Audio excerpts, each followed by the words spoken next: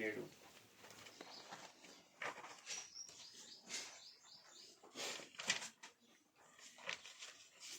215 పాతది, ఇంకా పాతది అయితే 186. 217, 215, 186. భక్తులారా స్మరించెదము ప్రభు చేసిన మేలులన్నిటినీ.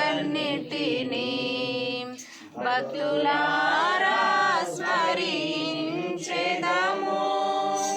ప్రభు చేసిన మేలులన్నిటినీ. అడిగి ఊహించు వాటి కన్నా మరి, అడిగి ఊహించు వాటి కన్నా మరి సర్వము చక్కగా చేసే, సర్వము చక్కగా చేసే. భక్తులారా స్మరించెదము ప్రభు చేసిన మేలులన్నిటినీ. భక్తులారా స్మరించెదము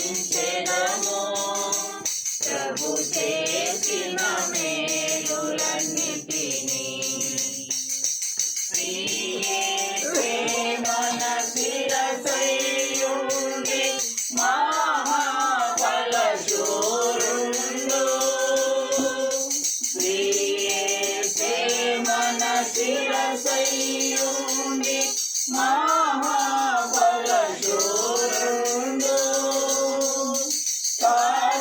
సర్వమునిచ్చెను తన హస్తముతో, సర్వమునిచ్చెను తన హస్తముతో. ఎంతో దయగలవాడు,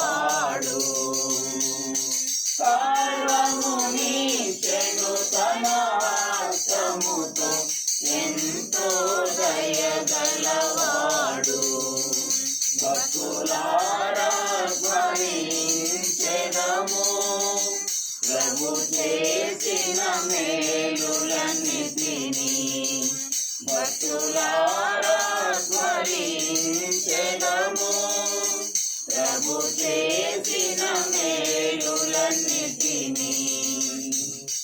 గాలి తుఫానులను గావించి బాధలను తొలగించే, గాలి తుఫానులను గావించి బాధలను తొలగించే. శ్రమలలో మనకు తోడై ఉంది, శ్రమలలో మనకు తోడై ఉంది. బయలుపరచె తన జయమున్, శ్రమలలో మనకు తోడై ఉంది. బయలుపరచె తన జయమున్. భక్తులారా స్మరించెదము ప్రభు చేసిన మేలులన్నిటినీ. భక్తులారా స్మరించెదము ప్రభు చేసిన మేలులన్నిటినీ. జీవనదిని ప్రవహింపజేసే సకల స్థలంబులయందు, జీవనదిని ప్రవహింపజేసే సకల స్థలంబులయందు. లెక్కకు మించిన ఆత్మల చేసే, లెక్కకు మించిన ఆత్మల చేసే ప్రభువే స్తోత్రముందు. లెక్కకు మించిన ఆత్మల చేసే ప్రభువే స్తోత్రముందు. భక్తులారా స్మరించెదము ప్రభు చేసిన మేలులన్నిటినీ. భక్తులారా స్మరించెదము ప్రభు చేసిన మేలు మేలులన్నిటినీ అపోస్తలుల ప్రవక్తలను సువార్తికులను నీచే అపోస్తలుల ప్రవక్తలను సువార్తికులను నీచే సంగము అభివృద్ధిని చెందుటకు సంగము అభివృద్ధిని చెందుటకు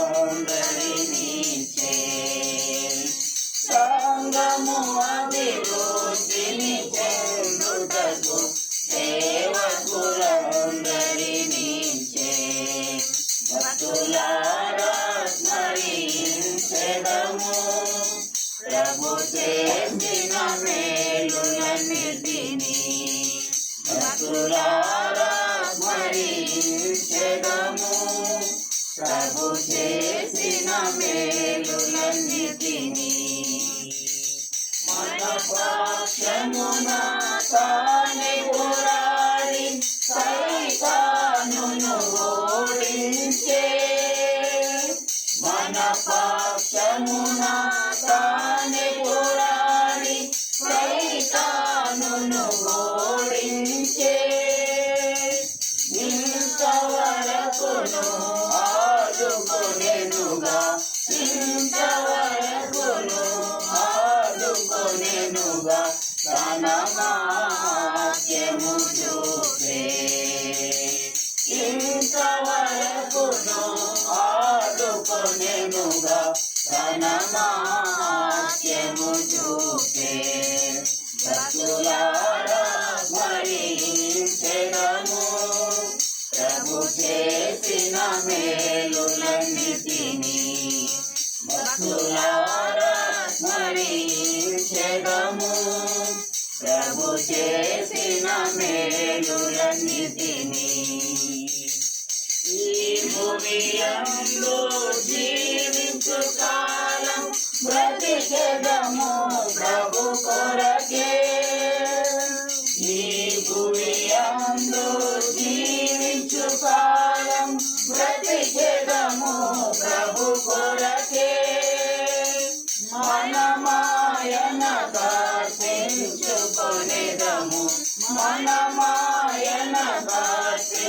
దర్శించుకొనెదము ఆయన ఆశ్రయమదియే మనమాయన దర్శించుకొనెదము ఆయన ఆశ్రయమదియే భక్తులారా స్మరించెదము ప్రభు చేసిన మేలులన్నిటినీ భక్తులారా స్మరించెదము ప్రభు చేసిన మేలులన్నిటినీ కొంచెమే కాలమే మిగిలి ఉన్నది ప్రభువును సంధించుటకై కొంచెమే కాలమే మిగిలి ఉన్నది ప్రభువును సంధించుటకై గనుక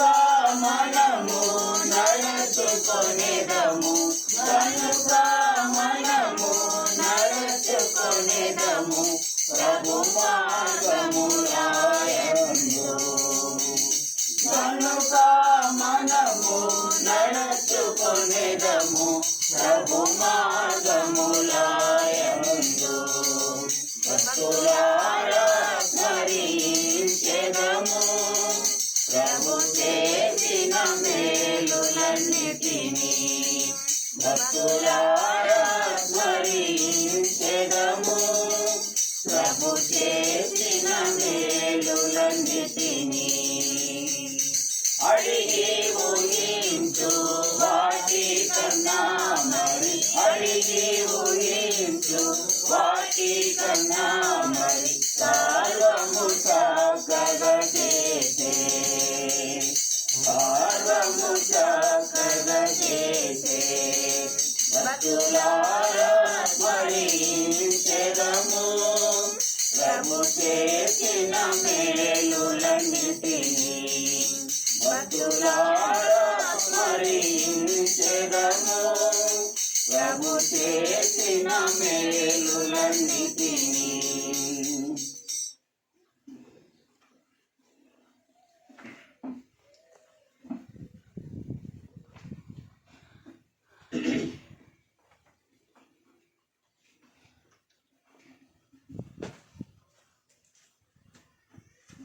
పాట సంఖ్య కొత్తదైతే 95, పాతదైతే 93.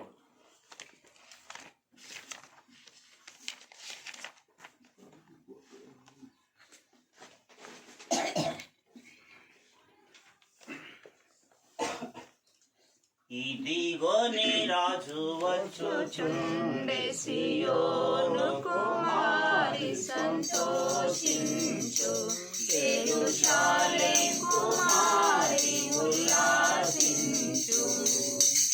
ఇదిగో నీ రాజు వచ్చుచుండే సియోను కుమారి సంతోషించు యెరూషలేము కుమారి ఉల్లాసించు. నీదు రాజు నీతితో దోషమేమియు లేకయే. నీదు రాజు నీతితో దోషమేమియు లేకయే.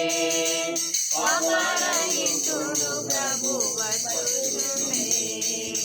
పాపరహితుడు ప్రభు వచ్చుచుండే. ఇదిగో నీ రాజు వచ్చుచుండే సియోను కుమారి సంతోషించు యెరూషలేము కుమారి ఉల్లాసించు. రక్షణ గలవాడుగా ఆశ్రయుండగు యేసుడు. రక్షణ గలవాడుగా ఆశ్రయుండగు యేసుడు. దిశతోడ యెరూషలేము వచ్చుచుండే. దిశతోడ యెరూషలేము వచ్చుచుండే. ఇదిగో నీ రాజు వచ్చుచుండే సియోను కుమారి సంతోషించు యెరూషలేము కుమారి ఉల్లాసించు. సాత్వికుండు నీవువెన్ ఆద్యంతమగు ప్రేమతో. సాత్వికుండు నీవువెన్ ఆద్యంతమగు ప్రేమతో. నిత్యరాజు నరులకై వచ్చుచుండే. నిత్యరాజు నరులకై వచ్చుచుండే. ఇదిగో నీ రాజు వచ్చుచుండే సియోను కుమారి సంతోషించు యెరూషలేము కుమారి ఉల్లాసించు. దీనపరుడు నీ ప్రభు ఘనత కలిగిన దేవుడు. దీనపరుడు నీ ప్రభు ఘనత కలిగిన దేవుడు. ప్రాణమీయ పాపులకై వచ్చుచుండే. ప్రాణమీయ పాపులకై వచ్చుచుండే. ఇదిగో నీ రాజు వచ్చుచుండే సియోను కుమారి సంతోషించు యెరూషలేము కుమారి ఉల్లాసించు. ఇదిగో నీ రాజు వచ్చుచుండే సియోను కుమారి సంతోషించు యెరూషలేము కుమారి ఉల్లాసించు. ఇలను గాడిగా నెక్కియే వాయురాస్తోత్రములతో. ఇలను గాడిగా నెక్కియే వాయురాస్తోత్రములతో. బలుడగు నీ ప్రభు వచ్చుచుండే. బలుడగు నీ ప్రభు వచ్చుచుండే.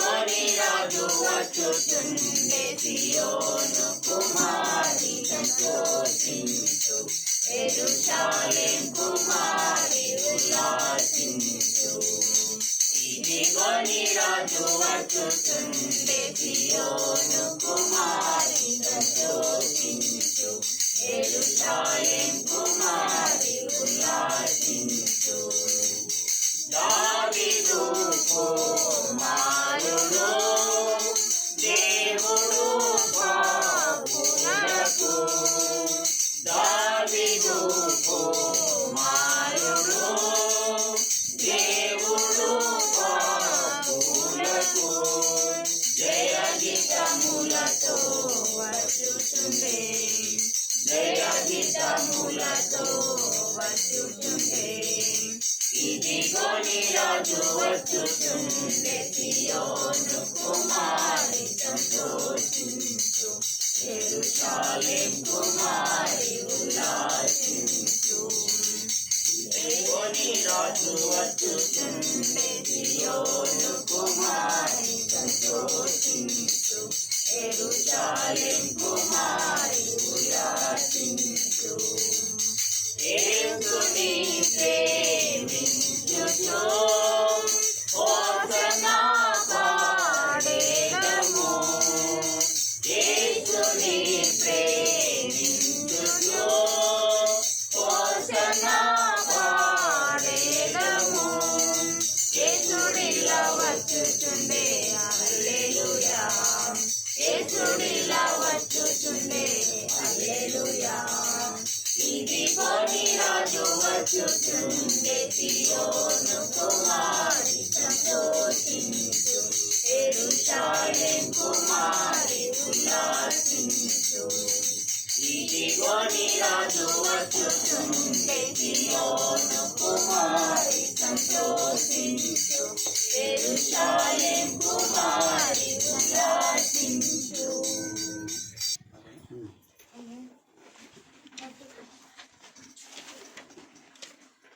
పాట సంఖ్య 89, పాతదైతే 87.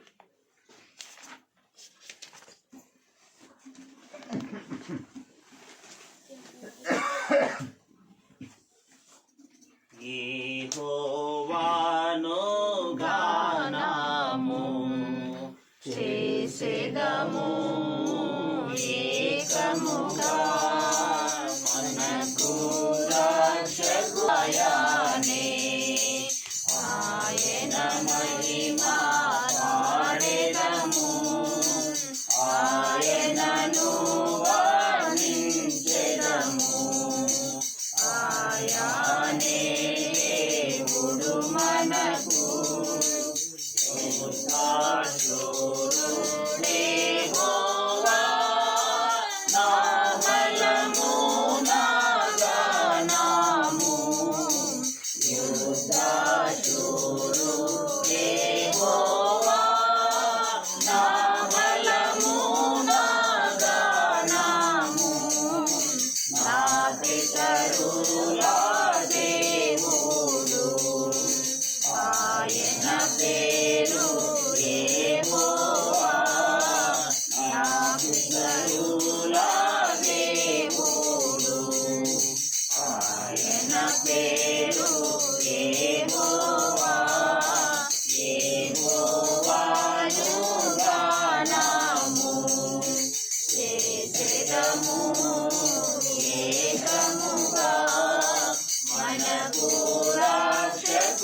రక్షకుడాయనే ఆయన మహిమ పాడెదము ఆయనను వర్ణించెదము ఆయనే దేవుడు మనకు రథముల సేనలను తన శ్రేష్ఠాధిపతులను వారు రథముల సేనలను తన శ్రేష్ఠాధిపతులను ఎర్ర సముద్రములోన ముంచివేసే యెహోవా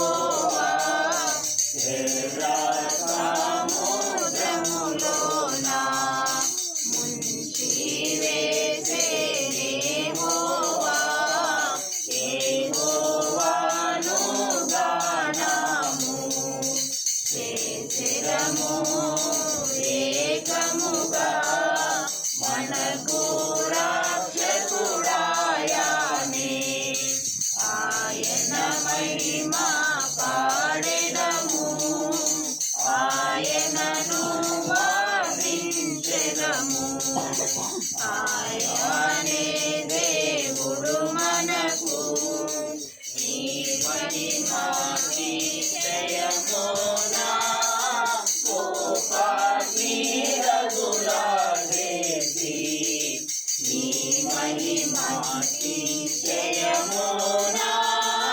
కోపాగ్ని రగులాడేసి చేతవలే గాయించెదవు నీపై లేచు వారిని చేతవలే గాయించెదవు నీపై లేచు వారిని యెహోవాను గానము చేసెదము ఏకముగా మనకు రక్షకుడాయనే ఆయన మహిమ పాడెదము ఆయనను వర్ణించెదము ఆయనే దేవుడు మనకు చూపుడు సొమ్ము పంచుకొని ఆచారీసుకుందును చూపుడు సొమ్ము పంచుకొని ఆచారీసుకుందును నా కత్తి చూసేదాను అని శత్రువు అనుకొనెను నా కత్తి చూసేదాను అని శత్రువు అనుకొనెను యెహోవాను గానము చేసెదము ఏకముగా మనకు రక్షకుడాయనే ఆయన మహిమ పాడెదము ఆయనను వర్ణించెదము ఆయనే దేవుడు మనకు లోని తముడెవడు పరిశుద్ధమనీయుడా వేల్పులలోని తముడెవడు పరిశుద్ధమనీయుడా అద్భుతమైన పూజ్యుడా నీవంటి వాడెవడు అద్భుతమైన పూజ్యుడా నీవంటి వాడెవడు యెహోవాను గానము చేసెదము ఏకముగా మనకు రక్షకుడాయనే ఆయన మహిమ పాడెదము ఆయనను వర్ణించెదము ఆయనే దేవుడు మనకు. దయచేసి చివరి వచనం లేచిన బట్టి వాడుకుంటాం. ఆ సమయంలో మీరు అడ్జస్ట్ అయి కూర్చునండి. ఎవరైనా తిరిగితే కూడా మీకు డిస్టర్బెన్స్ లేకున్నట్లు కొంచెం మధ్యలో స్థలం ఇచ్చి లేచి నిలబడి పాడుకుందాం. అప్పుడు సరిగా కూర్చో.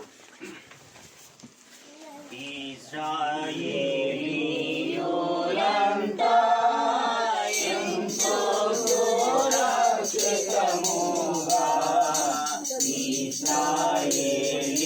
ఇశ్రాయేలీయులంతా ఎంతో సురక్షితముగా సముద్రము మధ్యను ఆరిన నేలను నడచిరి సముద్రము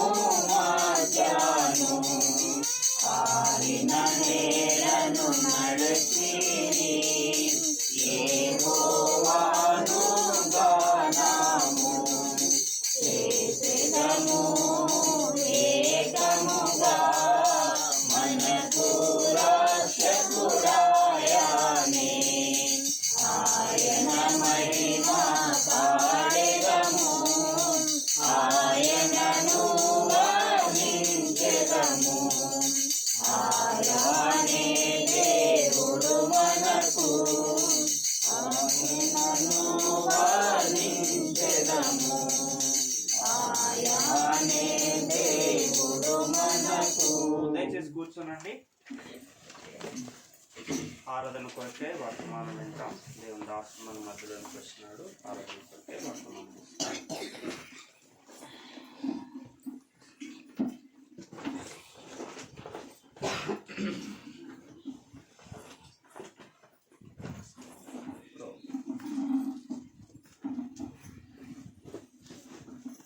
అందరూ ప్రేమించాడండి.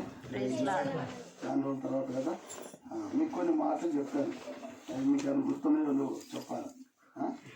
మొట్టమొదటిగా విశ్వాసకుండా వచ్చిన కొన్ని లక్షణాల్లో 3 మీకు చెప్పాను కదా. మీకు గుర్తుందో లేదు, జ్ఞాపకం చేయడం ఉంటారా? 1 మధ్యలో గుర్తొచ్చిందా రాలేదా? మధ్యలో వాక్యము, గదిలో ప్రార్థన, వీధిలో సాక్ష్యం. చెప్పాను చెప్పలేదు? చెప్పాను కదా. మరి మర్చిపోతే ఇవి మనకు చాలా ఇంపార్టెంట్.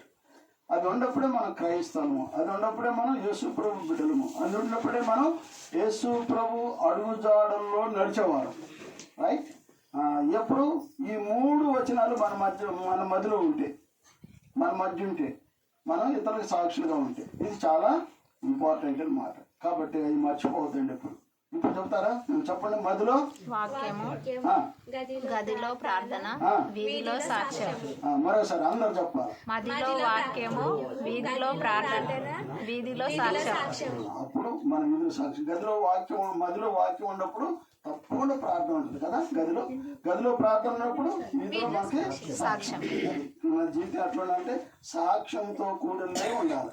మన దగ్గరికి ఎవరన్నా వచ్చినా, మనం ఎవరి దగ్గర పోయినా కానీ వాళ్ళు చాలా మంచివాళ్ళు, మంచిగా మాట్లాడతారు, వాళ్ళు ఏం పొరపాటు చేయరు, వాళ్ళు తప్పులు కాదు, వాళ్ళ దేవుడు అంత నేర్పుతున్నారు వాళ్ళకి అన్నట్టుగా ఉండాలి కదా. అది మనం గుర్తుంచుకుందాం. కాబట్టి మనం యొక్క ఆరాధనలో ప్రవేశించినప్పుడు మన దేవుడు ఎలాంటి వాడు కదా. ఆయన ఈ లోకానికి ఎందుకు వచ్చాడు, ఎవరి కోసం వచ్చాడు, వచ్చి ఏం చేశాడు కదా. అదే ఆరాధన. తర్వాత మనకేం చేశాడు. మనం ఈ దినం ఇక్కడ కూర్చున్నామంటే దేవుని యొక్క కృప ద్వారాగానే కూర్చున్నాం. మనం ఎంతో అందగాళ్ళమని, బలవంతులమని, తెలియగలవాళ్ళు అని మన దేవుడు మన ఉంచలే కదా. మనకంటే మంచోళ్ళు చాలా మంది వెళ్ళిపోయారా పోలేదా? పోయినారా పోలేదా? మనం మంచోళ్ళం చెడ్డోళ్ళగానే ఉంచాడు కదా. ఎందుకంట ఇంకా మనం సరి చేసుకోవాలని. వాళ్ళు సరి చేసుకున్న వాళ్ళు వెళ్ళిపోయారు. ఓకే, ఇప్పుడు మనం ఇంకా సరి చేసుకోవాలంట. ఒకటి సరి చేసుకోవాలా, రెండోది సువార్త ప్రకటించాలి, సాక్షులుగా ఉండాలి. అది దానికోసం. అది మనం ఫుల్ఫిల్ చేయలేదని చెప్పి దేవుడు ఇంక మనం ఇచ్చాడు. మనం అనుకుంటాం మనం తెలియగల వాళ్ళం, జ్ఞానం గల వాళ్ళం, భక్తి పనులు అనుకుంటున్నాం మనం కదా. మనం ఉంచాడంటే అది అనుకుంటున్నాం. అది కాదండి, మనలో ఇంక చాలా ఉన్నాయి. వాటన్నిటి కూడా నేర్చుకోవడానికి, అవలంబించడానికి, ఆచరించడానికి, ఇతరులకు మాదిరికరంగా ఉండటానికి, ఇతరుల ప్రభు సన్నిధి తేటానికి మన దేవుడు ఉంచుకున్నాడు అనే సంగతి మనం మర్చిపోద్దండి కదా. ఈ విషయంలో మనకు గుర్తుండి మన దేవుడు ఎలాంటి వాడు అనే సంగతి మనకు తెలుసు. ఆయన శక్తిమంతుడైన దేవుడు కదా. చదువుతారా? ఆదికాండం 17వ అధ్యాయం మొదటి వచనం. మన దేవుడు ఎలాంటి, ఆయన కోరేది ఏంటి? నేను చేసిన పనిని నాకు జ్ఞాపకం చేయండి. అది దేవుడు చెప్పేటన్నాడు. అదే ఆరాధన. మనం ఎన్ని సంవత్సరాల నుంచి చేసినా ఈ ఆదివారం రోజున దేవుని సన్నిధిలో మనం పొగడాలి. ఆయన చేసిన పని మనం జ్ఞాపకం చేసుకోవాలి. ఆయన మనకి ఏమై ఉన్నాడని సంగతి అర్థం కావాలి. మనకి ఏం చేశాడని సంగతి మనం అర్థం చేసుకొని మనం మా దేవుడిని అడిగితే ఆయన సంతోషిస్తాడు. ఎవరైనా చూడండి, మంచి కూర ఉండారనుకో, ఏమంటాం మనం? నువ్వు చాలా మంచిగా ఉంది నాకంటే నాకు ఎట్లా ఉంటుంది? ఏడుతుందా? నమ్మింది కదా. అట్లా మెచ్చుకోవాలంట. అంటే ఇది మనం ఒట్టి మాటగా చెప్పేది. దేవుడు చేసిన కార్యాన్నే చెప్తున్నాం. దేవుడు మనం రక్షించిన విధానాన్ని మనం చెప్తున్నాం. మనకు అలాంటి శ్రమ లేకుండా ఆ కలవారిశిలో ఆయన చేతులకు మేకులు, కాళ్ళకు మేకులు, డొక్కను బల్లెంపడం, మరి పంచ గాయాలు పొంది నీకు నాకు ఏం చేశాడనే సంగతి మనం గుర్తుంచుకోవాలా. అలా ఆ విధంగా మరణించిన ద్వారా మనకి మేలు కలిగింది అనే ఉద్దేశం మనం వినించాలి కదా. కాబట్టి ఈ మాటలు మనం గుర్తుంచుకుంటే ఒక మాట కూడా చదువుదాం. 1 సమూయేలు 15వ అధ్యాయం 22వ వచనం. 1 సమూయేలు 15వ అధ్యాయం 22వ వచనం. గట్టిగా చదవాలి, తీసుకోవాలి. త్వర తీయాలి, ఎంతసేపా మీరు తీయాలనే మీకు చెప్పేది. చదవండి. 1 సమూయేలు 15వ అధ్యాయం 22 అనుకుంటా. 22 చదవండి. అందుకు సమూయేలు తాను చెల్లించిన ఆ. ఒకడు వేకునుట వలన ఆ, యెహోవా సంతోషించినట్లు ఆ, ఒకడు దహన బలులను అర్పించట వలన ఆ. ఆయన సంతోషించిన. దేవుడు సంతోషించాలంట కదా. దేవుడు సంతోషించాలంటే ఏం చేయాలా? దాని పళ్ళు ఈ పళ్ళు ఆ పళ్ళు ఇట్టే సంతోషించాలి కదా. ఆయన చెప్పిన మాట వింటేనే ఆయన సంతోషిస్తాడు కదా. అది శ్రేష్టమైనది అంటాడు. దేవుని మాట వినటంలో చాలా శ్రేష్టం. మనం ఏది ఇచ్చినా కూడా వ్యర్థమే. కాబట్టి దేవుని సన్నిధిలో మనం మనస్ఫూర్తిగా దేవుని ఆరాధించినట్టయితే, మనస్ఫూర్తిగా నా దేవుడు నాకు అది చేశాడు అందుకోసం నేను ఈ విధంగా ఉన్నానని మనం ఆరాధించినట్టయితే దేవుడు సంతోషించేవాడు అంటాడు. ఇదేనో దేవుని సంతోషపెట్టడానికి వచ్చినా కానీ దుఃఖపెట్టడానికి కాదు. దేవుడు మన మధ్య ఉన్నాడు. ఎక్కడైతే ఇద్దరు ముగ్గురు కలిసి ఉంటారో వారి మధ్య ఉన్నారని చెప్పాడు. కాబట్టి ఆయన ఇప్పుడు మన మధ్య ఉన్నాడు. అందుకోసమే ఆయన మనం ఏం చేయాలా? జ్ఞాపకం చేసుకోవాలట. అది దేవుడు చెప్పేది. అందుకోసమే 105వ కీర్తన 5-6 వచనాలు. 105వ కీర్తన 5-6 వచనాలు. ఆయన చెప్పేది ఏం లేదు. ఒక్కసారి అక్కడ అదే అంటాడు ఆయన. 105వ కీర్తన 5-6 వచనాలు. ఆయన దాసుడైన అబ్రాహాము వంశస్థులారా, ఆయన ఏర్పరచుకొనిన యాకోబు సంతతి వారులారా, ఆయన చేసిన ఆశ్చర్య కార్యములను జ్ఞాపకం చేసుకొనుడి. కాబట్టి ఆయన చేసిన ఆశ్చర్యమైన కార్యాలు ఏంటంటే మనకు తెలుసా?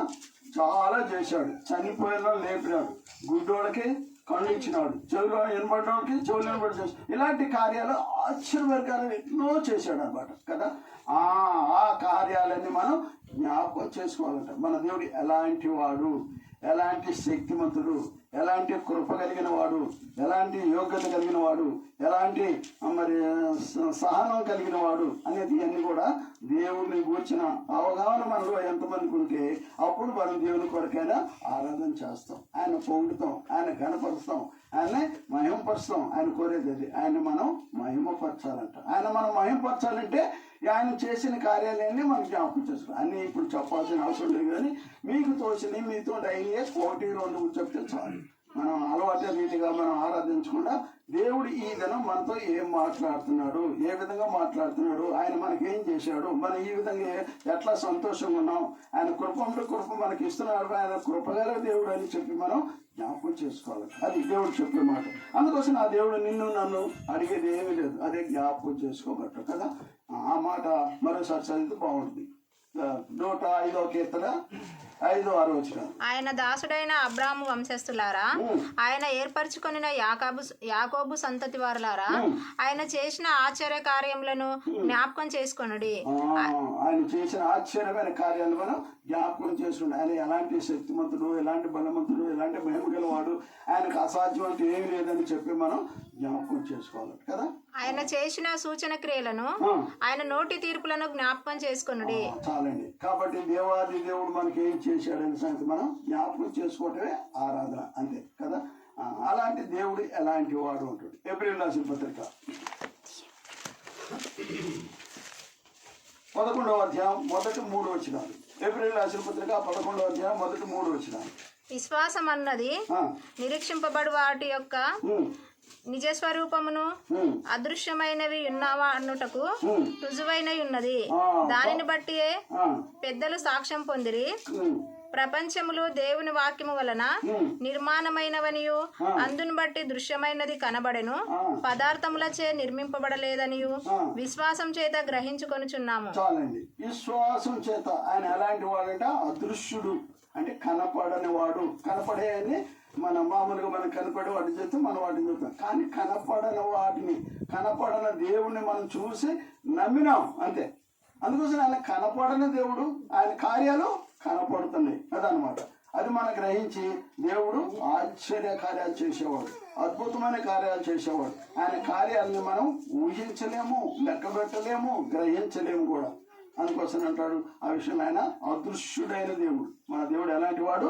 అదృశ్యుడైన దేవుడు, కనపడని దేవుడు, కానీ మనకి కార్యాలు చేసే దేవుడు.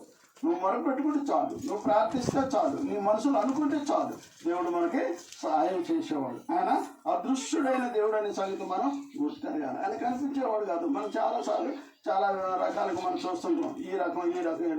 అందుకోసం అంటాడు ఒక మాట, చూడు, చెట్టును కొమ్మని కట్ చేస్తే కొమ్మ అయిద్దట, చెట్టుని కట్ చేస్తే కొమ్మ అయిద్దట, ఆ కొమ్మని బొమ్మగా చేసినట. ఆ బొమ్మను తీసుకుని గుళ్ళో పెడితే ఏమవుతుందట? అమ్మ ఇద్దట. అర్థమైందా? అట్లా కనిపించడు మన దేవుడు, మనం చేసే కార్యాలు. మన దేవుడు కనిపించని దేవుడు.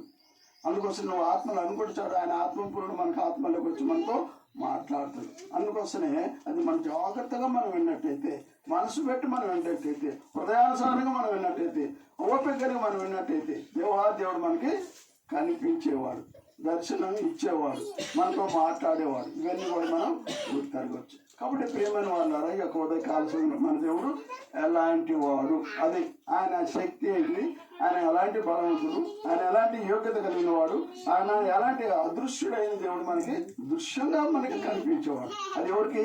యేసు ప్రభువా నేను పాపిని, నన్ను క్షమించు, నా హృదయం రా అని ఎవరైతే పిలుస్తారో వారికే కనిపిస్తాడు, అందరికి కాదండి. అందుకోసమే అది మన హృదయాన్ని పిలవాలి, పిలిచినప్పుడు ఆయన అవసరం. అందుకోసం మనకు ఆకలి అయితే అమ్మాయిని కూడా అన్నం పెట్టమంటే పెట్టింది, లేదా పెట్టదు కదా, మనకు తెలుసు. అట్లా దేవుణ్ణి మనం అడగాలట. దేవుల్లో మనం జీవించినట్టయితే దేవుడు మనకి ఏమై ఉన్నాడని సంగతి మనకి అర్థమైంది. సామెతలు 8వ అధ్యాయము 4-5 వచనాలు. సామెతలు 8వ అధ్యాయం 4-5 వచనాలు. మానవులారా, మీకే నేను ప్రకటించుచున్నాను, నరులకు మీకే నా కంఠస్వరము వినిపించుచున్నాను. జ్ఞానం లేని వారలారా, జ్ఞానం ఎట్టిదైనదని తెలుసుకొనుడి. బుద్ధిహీనులారా. కాబట్టి మనం మనుషులం కాబట్టి మనం అనుకుంటామంటే నేనే మంచి విశ్వాసం, నాలో విశ్వాసం చాలా ఉంది, నేనే గొప్ప అనే ఉద్దేశం అన్నది. అది కాదంట దేవుడు చెప్పింది. ఆయన చెప్పే మాట మరోసారి చదవనమాట. మానవులారా, మీకే నేను ప్రకటించుచున్నాను, మనుషులైన మీకే నేను ప్రకటన చేస్తున్నాను. అది ఏంటంటే నరులకు మీకే నా కంఠస్వరము వినిపించుచున్నాను. ఆయన స్వరాన్ని మనకి వినిపిస్తున్నాడు. జ్ఞానం లేని వారలారా, జ్ఞానం ఎట్టిదైనదని తెలుసుకొనుడి. బుద్ధిహీనులారా, బుద్ధి ఎట్టిదైనదని యోచించి చూడుడి. నేను శ్రేష్టమైన సంగతులను చెప్పేదను వినుడి. కాబట్టి దేవుడు చెప్పే సంగతులు ఏంటి అంటే శ్రేష్టమని, మంచి అది అన్నమాట. అందుకోసమే దేవుడు మనకి ఏమై ఉన్నాడంటే మంచి మాటలు చెప్పేవాడు, జ్ఞానవంతుడు. అందుకోసం జ్ఞానం అంటే సామెతలు 2వ అధ్యాయం 6వ వచనం. సామెతలు 2వ అధ్యాయం యెహోవాయే జ్ఞానమిచ్చువాడు, దేవుడే జ్ఞానం ఇచ్చేవాడు. తెలివియు వివేచనయు ఆయన నోట నుండి వచ్చును. తెలివి యోచన దానికి ఆయన నోట నుంచి వస్తుంది. అందుకోసం మనం ఆయన పైన ఆధారపడ్డప్పుడు, ఆయనతో ఐక్యపరుచుకున్నప్పుడు, ఆయనతో ఏకీభవించినప్పుడు, ఆయన అడుగుజాడలో నడిచినప్పుడు, ఆయనకు విధేయత చూపించినప్పుడు ఆయన మనకి ఏమై ఉంటాడంటే అది ఆ లేఖనం మనకి చెప్తుంది. మనం ఆ విధంగా లోబడాలి, ఆ విధంగా మనం వినాలి, ఆ విధంగా మనం అనుసరించాలి. అప్పుడే మనం పరలోకానికి వెళ్తాం, లేకపోతే లేదండి కదా. అందుకోసం ఆయన ఈ క్రియలు పనులను కాబట్టి నోటితో అంటాం కాకుండా క్రియాపూర్వకమైన జీవితం మనం కలిగి ఉండాలని చెప్పి దేవుడు మనకు చెప్తాడు. మన దేవుడు ఎలాంటి వాడంటే శక్తి కలిగిన వాడు, జ్ఞానం ఇచ్చేవాడు, మనని నడిపించే దేవుడు, మనకి ఆశ్రయమైన దేవుడు, మనకి తోడైన దేవుడు. అందుకదా ఇమానుయేలు అంటే ఏం పేరు? దానికి అర్థం తోడని అర్థం. తదుపరి దేవుడు మనకి తోడై ఉన్న దేవుడు. యెహోషువ గ్రంథము 1వ అధ్యాయము 9వ వచనం. యెహోషువ గ్రంథము 1వ అధ్యాయం 9వ వచనం. యెహోషువ 1:9.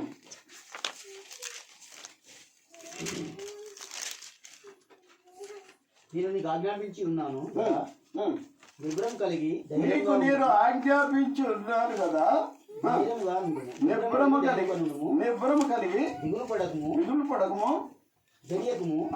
నీవు నడుచు మార్గమంతటిలో నీ దేవుడైన యెహోవా నీకు తోడై ఉన్నాడు కదా. మనం నడిచే మార్గంలో, మనం మాట్లాడే విషయంలో, మనం నిల్చునే పద్ధతిలో, మన యొక్క దేవుని మందిరానికి వచ్చే విషయంలో ఆయన మనకి తోడు ఉంటాడు అనమాట.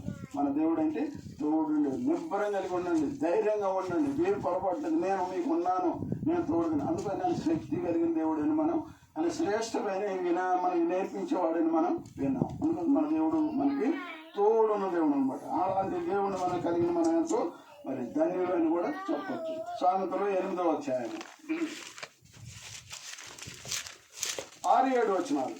ఆయనకు మనకి ఏం నేర్పుతాడు అనే సంగతి మనం నేర్చుకోవచ్చు. యథార్థత, సత్యము మనకి నేర్పే దేవుడుగా మనం ఉంటాడు. ఆయన సత్యవంతుడు, ఆయన యథార్థవంతుడు. అదే మాటలు మనకి నేర్పుతున్నాడు. చదవండి. నేను శ్రేష్టమైన సంగతులను చెప్పుదను వినుడి. ఆయన మాటలు శ్రేష్టమని చెప్తాను, మీరు వినాలి అంతే. నా పెదవులు యథార్థమైన మాటలు పలుకును, నా నోరు సత్యమైన మాటలు పలుకును.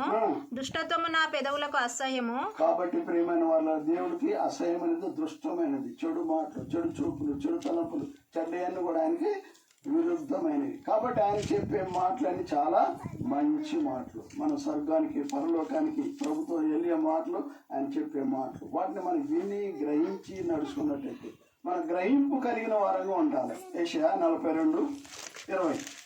యెషయా 42:20 అక్కడ అంటాడు, మీరు అనేక సంగతులు చూస్తున్నారు, వింటున్నారు, కానీ గ్రహించకున్నారు అంటాడు. అలా చదవండి.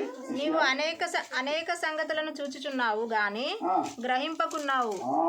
అనేక సంగతులు మనం చూస్తున్నాం, వింటున్నాం, కానీ మనం గ్రహించడం. యేసు ప్రభు ఎలాంటి వాడు, ఎలాంటి శక్తిమంతుడు, ఎలాంటి యోగ్యత గలవాడు, ఎలా మనల్ని నిర్మించాడు, ఆయన మనకి ఎలా తోడుగా ఉన్నాడు అనే సంగతి చాలా వింటున్నాం మనం.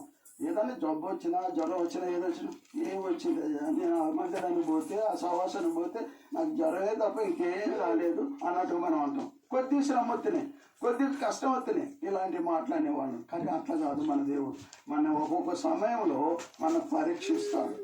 దాన్ని ఓర్చుకుంటారా, ఓర్చుకుంటారు. దేవుడు అంటాడు, నువ్వు మోసే అంతే నీకు ఇస్తానంటాడు, కానీ ఎక్కువ ఇవ్వడు. అందుకోసమే మన శ్రమలు కానీ, కష్టాలు కానీ, భారం కానీ ఇవన్నీ వచ్చింది ఎందుకంటే ఆయన మనం మర్చిపోతామా, తిడతామా అనే ఉద్దేశం. అందుకోసం యోబు గారు వారి భార్య ఏమన్నది, ఎంత చేదరించి, ఇది దోమలు కుట్టినా కానీ, చీమలు పట్టినా కానీ, చిముడు దాన్ని పొడల నుంచి వస్తుంటే రసం వచ్చినా కానీ నువ్వు ఇంకా దేవుడిని తిట్టలేదు ఎందుకు, తిట్టి చావరాదా అంటుంది భార్య కదా. అంటే ఆయన ఏమంటాడు, శ్రమకే మనకి దేవుడు కానీ మంచికి దేవుడు లేడా అనే ఉద్దేశం. మంచి చేసినప్పుడు దేవుడు అన్నావు, ఇప్పుడు నాకు శ్రమ కలిగిందని చెప్పి నువ్వు దేవుడిని దూషిస్తావా అని చెప్పి ఆయన వాళ్ళ భార్యకు బుద్ధి చెప్తాడు అనమాట. అందుకోసమే మంచి చెడు, దేవుడు మనకు మంచి ఇచ్చేవాడు దేవుడే, చెడు ఇచ్చేవాడు కూడా దేవుడే. అనుమతిస్తాడు. మనం ఓర్చుకుంటామా, మనం భరిస్తామా, మనం ఒప్పుకుంటామా, మనం లేదా, లేకపోతే తప్పిపోతామా, లేకపోతే పడిపోతామా, లేకపోతే అక్కడ ఏం పోవాలా, సంఘానికి పోతే ఏముంది, ఏం చెప్పరు, ఏం లేదు, మందలించరు కూడా మందలేరు, అందుకోసం నేను అక్కడ పోవట్లేదు అంటారు కదా. వాళ్ళ కోసం కాదు మనం వచ్చేది, ఎవరి కోసం, దేవుడి కోసం. దేవుడి సన్నిధి, దేవుని యొక్క మార్గము, దేవుని యొక్క మార్గము, దేవుని యొక్క మంచి మాటలు మనం విని దాన్ని అనుసరించి నడిచినట్లయితే మనం పరలోకానికి పోతాను ఉద్దేశంతో దేవుని మందిరానికి వస్తున్నాం. అంతేగాని ఎవరి కోసం రావట్లేదు, అది గుర్తించాలి. అందుకోసం పెరుమాల వాళ్ళ యువత కార్యక్రమంలో మన దేవుడు ఎలాంటి వాడు, ఎలాంటి శక్తి కలిగిన వాడు, మనకి ఎలాంటి జ్ఞానం ఇచ్చేవాడు, ఎలాంటి యథార్థమైన మాటలు తెలియపరిచేవాడు, మనకి ఏ విధంగా జ్ఞానం ఇచ్చేవాడు మనకు తెలుసుకుంటే ఆయన గురించి మనం ఏం చేస్తామంట, పొగడకుండా మనం ఉండలేము. అదే ఆరాధన. అయ్యా నువ్వు నాకు జ్ఞానం ఇచ్చావు, నన్ను ఇక్కడ కూర్చోబెట్టావు, లేకపోతే నేను ఇక్కడ ఏ కంపలో ఉంటావో, ఏ చేలో ఉంటావో, ఏ స్థితిలో ఉండేవాళ్ళని తెలియదు అనే ఉద్దేశంలో మన ప్రభుని మనం ఘనపరిచి పొగిడే వారంగా ఉండాలంట. అందుకోసం దేవాదేవుడు నీకు నాకు చూపించే మాటలలో సామెతలు 8వ అధ్యాయం 11వ వచనం. సామెతలు 8వ అధ్యాయం 11వ వచనం. మన దేవుడు ఎలాంటి వాడు, ఎలాంటి శక్తిమంతుడు, ఎలాంటి అనుభవం కలిగిన వాడు, ఎలాగ మనకి జ్ఞానోపదేశం చేసేవాడు అనేది మనం ఈ మాటలన్నీ కూడా చూస్తే మన దేవునికి మించిన జ్ఞానం ఎక్కడ లేదని ఆయన దగ్గర ఉన్నదని చెప్పి మనం గ్రహించి తెలుసుకొని ఆయనే పొగడాలి. అది దేవుడు చెప్పే మాట. చదవండి. జ్ఞానము సత్యముల కన్నా శ్రేష్టమైనది, జ్ఞానము ముత్యముల కన్నా శ్రేష్టమైనది, విలువగల సొత్తులేమియో దానితో సాటి కావు. జ్ఞానం అంటే ఎలాంటిదంట, ముత్యం. కాబట్టి జ్ఞానానికి మించిన ముత్యానికి దాన్ని మించిన ఇంకొక వస్తువులు లేవేమో అనుకుంటారు. అందుకోసం ఆయన దానికి పోల్చాడు. ఆయన జ్ఞానం ఎలాంటిదంటే వీళ్ళెంత జ్ఞానంగా మాట్లాడతారా, వీళ్ళెంత ప్రేమగా మాట్లాడతారా, వీళ్ళెంత సంతోషం ఉంటుందా వాళ్ళని చూస్తే, వాళ్ళు మాట్లాడితేనే చాలా అనే ఉద్దేశం కలిగిన వారంగా మనం ఉండాలంట. అది దేవుని బిడ్డలు ఎట్టుండాలంటే ఎంతో స్మైల్, అంటే నవ్వు ముఖం. ఎప్పుడు చూసినా నవ్వు ముఖం. వీళ్ళు ఏంటి, వీళ్ళు ఎప్పుడు చూసినా ఏ కష్టం వచ్చినా, ఏది బాధ వచ్చినా వీళ్ళు ఎప్పుడు నవ్వుతూనే ఉంటారు, వీళ్ళేట్లో గొడవ నేను ఎప్పుడు చూడలేదే అన్నట్టుగా మనం ఉండాలట. అది దేవుని కలిగిన బిడ్డలు మనము, దేవునితో ఐక్యపరుచుకున్న మనము, దేవునితో మనం ఏకీభవించిన మనము, దేవుని అడుగుజాడలో నడిచే మనము, మన దేవుడు ఎలాంటి వాడనేది ఇతరులకు చూపించాలంట. ఇతరులకు చూపించాలంటే మనం ఏం చేయాలా, ఇందాక 3 మాటలు చెప్పాను కదా. అవి మనలో ఉండేది మనం ఇతరులకి సాక్షిగా ఉంటాం, ఇతరులకి మన అడుగుజాడలో నడిచేవారుగా ఉంటారు. అందుకోసం అంటాడు అపోస్తలుడైన పౌలు గారు ఏమంటాడంటే, నన్ను పోలి నడుచుకోమంటాడు.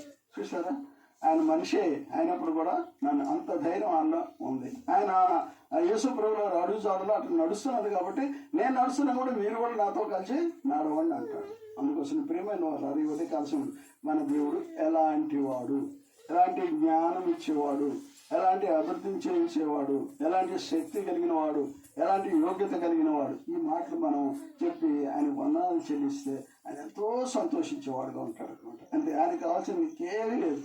వెండి బంగారం ఏది ఇచ్చినా కూడా అది వేస్ట్ అనమాట. శ్రేష్టమైనది ఏంది అనేది మనం ఇందాక చదివాం కదా. 1 సమూయేలు 15వ అధ్యాయం 22వ వచనం మనం చదివాం. కాబట్టి శ్రేష్టాన్ని మనం ఆయనకి ఇవ్వాలి, కానీ మంచిదాన్ని ఆయనకి ఇవ్వాలని చూడదాన్ని మనం ఆయనకి ఇవ్వకూడదు. అందుకోసం ఆ మంచి ఏంటో మనం తెలుసుకున్నట్టయితే, గ్రహించినట్టయితే, అర్థం చేసుకున్నట్టయితే ఆ మంచిని మనం ఆయనకి ఇచ్చేవారంగా ఉంటాం. అదే సామెతలు 8వ అధ్యాయం 14వ వచనం. సామెతలు 8వ అధ్యాయం 14వ వచనం. ఆలోచన చెప్పుటయు లెస్సైన జ్ఞానమిచ్చుటయు నా వశము. దేవుని వశం ఏంటంట? ఆలోచన చెప్పుట లెస్సైన అంటే ఎంతో యోగ్యమైనది అనే మాట కూడా చెప్పవచ్చు. అందుకోసం మన దేవుడు మనకి ఎలాంటి వాడు, మనకి ఏమేమి ఇచ్చేవాడు, మనం ఏ విధంగా సాదృశ్యంగా ఉంచినాడు అనే మాటలు మనం గుర్తిస్తే దాన్ని బట్టి అయ్యా నాకు ఈ సాదృశ్యం ఇచ్చాడు, నాకు ఈ జ్ఞానం ఇచ్చావు, నాకు ఈ తెలివి ఇచ్చావు, నాకు ఈ సంతోషం ఇచ్చావు, నాకు మంచి కుటుంబం ఇచ్చావు, నాకు మంచి సంసారం ఇచ్చావు అనే ఉద్దేశంలో ఆయనకి వందనాలు చెప్పేవారంగా ఉండాలంట. మన దేవుని మనం నమ్ముకున్నప్పుడు మన దేవుడు మనని ఏమాత్రం కూడా ఎడవునో ఎడబాయనని చెప్పిన దేవుడు నీకు నాకు ఉన్నాడు. కాబట్టి ఆ మాటలే మన దేవుడితో చెప్పి ఆయన సంతోషపరచాలంట. ఎక్కడైతే 2-3 కలిసి ఉంటారో వాళ్ళ మధ్య ఉన్నానని చెప్పాడు దేవుడు. ఇప్పుడు మన మధ్య ఉన్నాడు. మనం మాట్లాడే మాటలు, మనం చూసే చూపులు, మన పరిస్థితి అంతా ఆయన చూస్తున్నాడు, గ్రహిస్తున్నాడు. అందుకోసమే ఆయన ఎలాంటి వాడు నువ్వు తెలుసుకున్నట్టయితే, అర్థం చేసుకున్నట్టయితే, నువ్వు అనుసరిస్తున్నట్టయితే, ఆ యోగ్యత ఏంటో నీకు తెలిసినట్టయితే అప్పుడే దేవుడు మనకి ఏమై ఉన్నాడని సంగతి మనకి అర్థమైంది. కాబట్టి ప్రియమైన వాళ్ళారా, ఈ యొక్క దేవాది దేవుడు ఎలాంటి వాడు అనే సంగతి మనం గుర్తెరిగితే ఆయన గురించి పొగడకుండా మనం ఉండనే ఉండం. ఆయన చేసిన కార్యాలు మన అనుభవంలోకి ఉంటే ఇక ఆయన మనం వదిలిపెట్టాం కదా. అలాంటి దాన్ని దేవుణ్ణి మనం ఆరాధించడం అంటే ఆయన చేసిన కార్యాలు, ఆయన పడిన శ్రమ, ఆయన మనకిచ్చిన సంతోషం, ఆయన మనకిచ్చిన సమాధానం, ఆయన మనతో ఉన్న రోజులు ఎలాంటివి అనే సంగతి మనం తెలుసుకున్నట్టయితే, అర్థం చేసుకున్నట్టయితే మన దేవుడు ఎలాంటి వాడు అనే సంగతి మనం చూడగలుగుతాం. కాబట్టి ప్రియమైన వాళ్ళ దేవాదేవుడు ఎలాంటి వాడనే సంగతి సామెతలు 8వ అధ్యాయం 17వ వచనం. సామెతలు 8వ అధ్యాయం 17వ వచనం. నన్ను ప్రేమించి వారిని నేను ప్రేమించుచున్నాను, నన్ను జాగ్రత్తగా వెదుకువారు నన్ను కనుగొందురు. జాగ్రత్తగా వెతికేవారు దేవుని కనుగొంటారంట. అశ్రద్ధగా ఉన్నాళ్లే నేను తెలుసుకుంటే అట్లా కాదంట. ఒకసారి శ్రమ చూడు, దేవుడు ఉంటే నాకు ఎందుకు ఈ శ్రమ అనే వారం కూడా ఉంటాం కదా. అట్లా కాదంట. ఆయన ప్రేమ ఎలాంటిది అనేది నువ్వు గ్రహించండి. మరోసారి చదువు నా మాట. నన్ను ప్రేమించి వారిని నేను ప్రేమించుచున్నాను, నన్ను జాగ్రత్తగా వెదుకువారు నన్ను కనుగొందురు. జాగ్రత్తగా ఎత్తాలంట మన దేవుడిని మనం కదా. అప్పుడే ఆయన్నే కనుక్కుంటావు, నువ్వు ఆయనతో కూడా మాట్లాడతావు, ఆయనతో మన సంతోషం ఉంటాం. మనకు సంతోషం ఎప్పుడు ఇదిగా ఉంటుంది. కాబట్టి ప్రియమైన వాళ్ళారా, దేవాదేవుని యొక్క గుణ లక్షణాలు ఏంటో మనం చూస్తున్నాం. ఆయన ఎలాంటి వాడు అనే సంగతి మనం చూస్తున్నాం. ఈ విషయంలో అన్నింటిలో మనం దేవాదేవుడు మనకి ఏమైతే మనం ఒకసారి ఆలోచించుకుంటే మనకు అర్థమైంది. అదే సామెతలు 8వ అధ్యాయం 22వ వచనం నుంచి. సామెతలు 8వ అధ్యాయము 22 నుంచి 30 దాకా కొన్ని మాటలు ఉంటాయి. అవి కొన్ని చదివితే మనం ఆరాధనలోకి వెళ్ళొచ్చు. తన దుష్టారోపము తన కార్యములలో ప్రధానమైన దానిగా యెహోవా నన్ను కలగజేసాను. అనాది కాలము మొదలుకొని మొదటి నుండి భూమి ఉత్పత్తి అయిన కాలమునకు పూర్వము నేను నియమింపబడితిని. ప్రవాహ జలములు లేనప్పుడు, నీళ్లతో నిండిన ఊటలు లేనప్పుడు నేను పుట్టితిని. కాబట్టి దేవుడి యొక్క ఉద్దేశం ఎలా ఉందో అనే సంగతి మనం గ్రహించి తెలుసుకొని అర్థం చేసుకొని ఆయన మనం పోయేవారంగా ఉండాలంట. ప్రియమైన వాళ్ళ ఈ విధ కాలంలో ఇది బోధ కాదు, కానీ మనకు కొన్ని హెచ్చరికలను కూడా మనం తీసుకోవచ్చు. ఆ హెచ్చరికలు మనం తీసుకొని మన ప్రభు ఎలాంటి వాడు అనే సంగతి మనం తెలుసుకొని ఆయన్ని స్తుతించి ఆయన ఘనపరిచి ఆయన మహిమ పట్టాలి. ఇలాంటి బోధలు మనం అనేకమైన వింటున్నాం. ఇది బోధ కాదు, దేవుడు అప్పుడు ఆ జనాలప్పుడు దేవుడు ఏ విధంగా ఆయన ఆరాధించారు, స్తుతించారు, గణపరిచాడు అనే మాటలు మనం తెలుసుకొని మనం కూడా వారి పోలిక చొప్పున మనం వారి అడుగుతాడులో మనం నడవాలని మన దేవుడు ఎలాంటి వాడు తెలుసుకున్నప్పుడే ఆయన గురించిన ఆరాధన మనం చేసేవారుగా ఉంటాం. అది గ్రహించినప్పుడే ఆయనతో ఐక్యపరుచుకునే వారుగా ఉంటాం. అదే తెలుసుకొని అర్థం చేసుకున్నప్పుడే ఆయనతో ఏకీభవించి ఆయన మందిరానికి వచ్చే వారుగా ఉంటాం. ఈ మాటని మన దేవుడు ఎలాంటి వాడు, ఎలాంటి శక్తి కలిగిన వాడు, ఎలాంటి యోగ్యత కలిగిన వాడు, ఎలాంటి జ్ఞానం కలిగిన వాడు, ఆ జ్ఞానంలో మనం ఏ విధంగా నడిపిస్తున్నాడు అనే సంగతి మనం తెలుసుకున్నట్టయితే దేవుని మనం పొగడకుండా మనం ఉండలేము. మనకి జరిగిన విషయాలు అన్ని విషయాలు మన దేవుడు ఈ విధంగా కృప చూపుతున్నాడు కాబట్టి మనం ఈ దినాన సంతోషంగా ఉంటున్నాం అనే సంగతి మనం మర్చిపోవద్దు. కాబట్టి ప్రియమైన కాల్సిన మన దేవుడు ఎలాంటి వాడు అనే మాట దావీదు మహారాజు ఒక మాట అంటారు. చూడండి 2 సామ్యుయేలు 22వ అధ్యాయం 2 సామ్యుయేలు 22వ అధ్యాయం మొదటి 2 వచనాలు. 2 సామ్యుయేలు యెహోవా తన పౌరు చేతిలో నుండి తన శత్రువులందరి చేతిలో నుండి తప్పించిన దినమున దావీదు ఈ సంగతి వాక్యములను చెప్పి యెహోవాను స్తుతించెను. దేవుని స్తోత్రించండి. ఎప్పుడు ఆయన శత్రువు అయిన వాళ్ళ నుంచి విడిపించినప్పుడు ఆయన మరోసారి చదివినమాట. యెహోవా తను సౌలు చేతిలో నుండి శత్రువులందరి చేతిలో నుండి తప్పించిన దినము దావీదు ఈ గీత వాక్యములను చెప్పి యెహోవాను స్తుతించెను. అతడు ఇట్లా నేను ఏమన్నాడు చెప్పండి.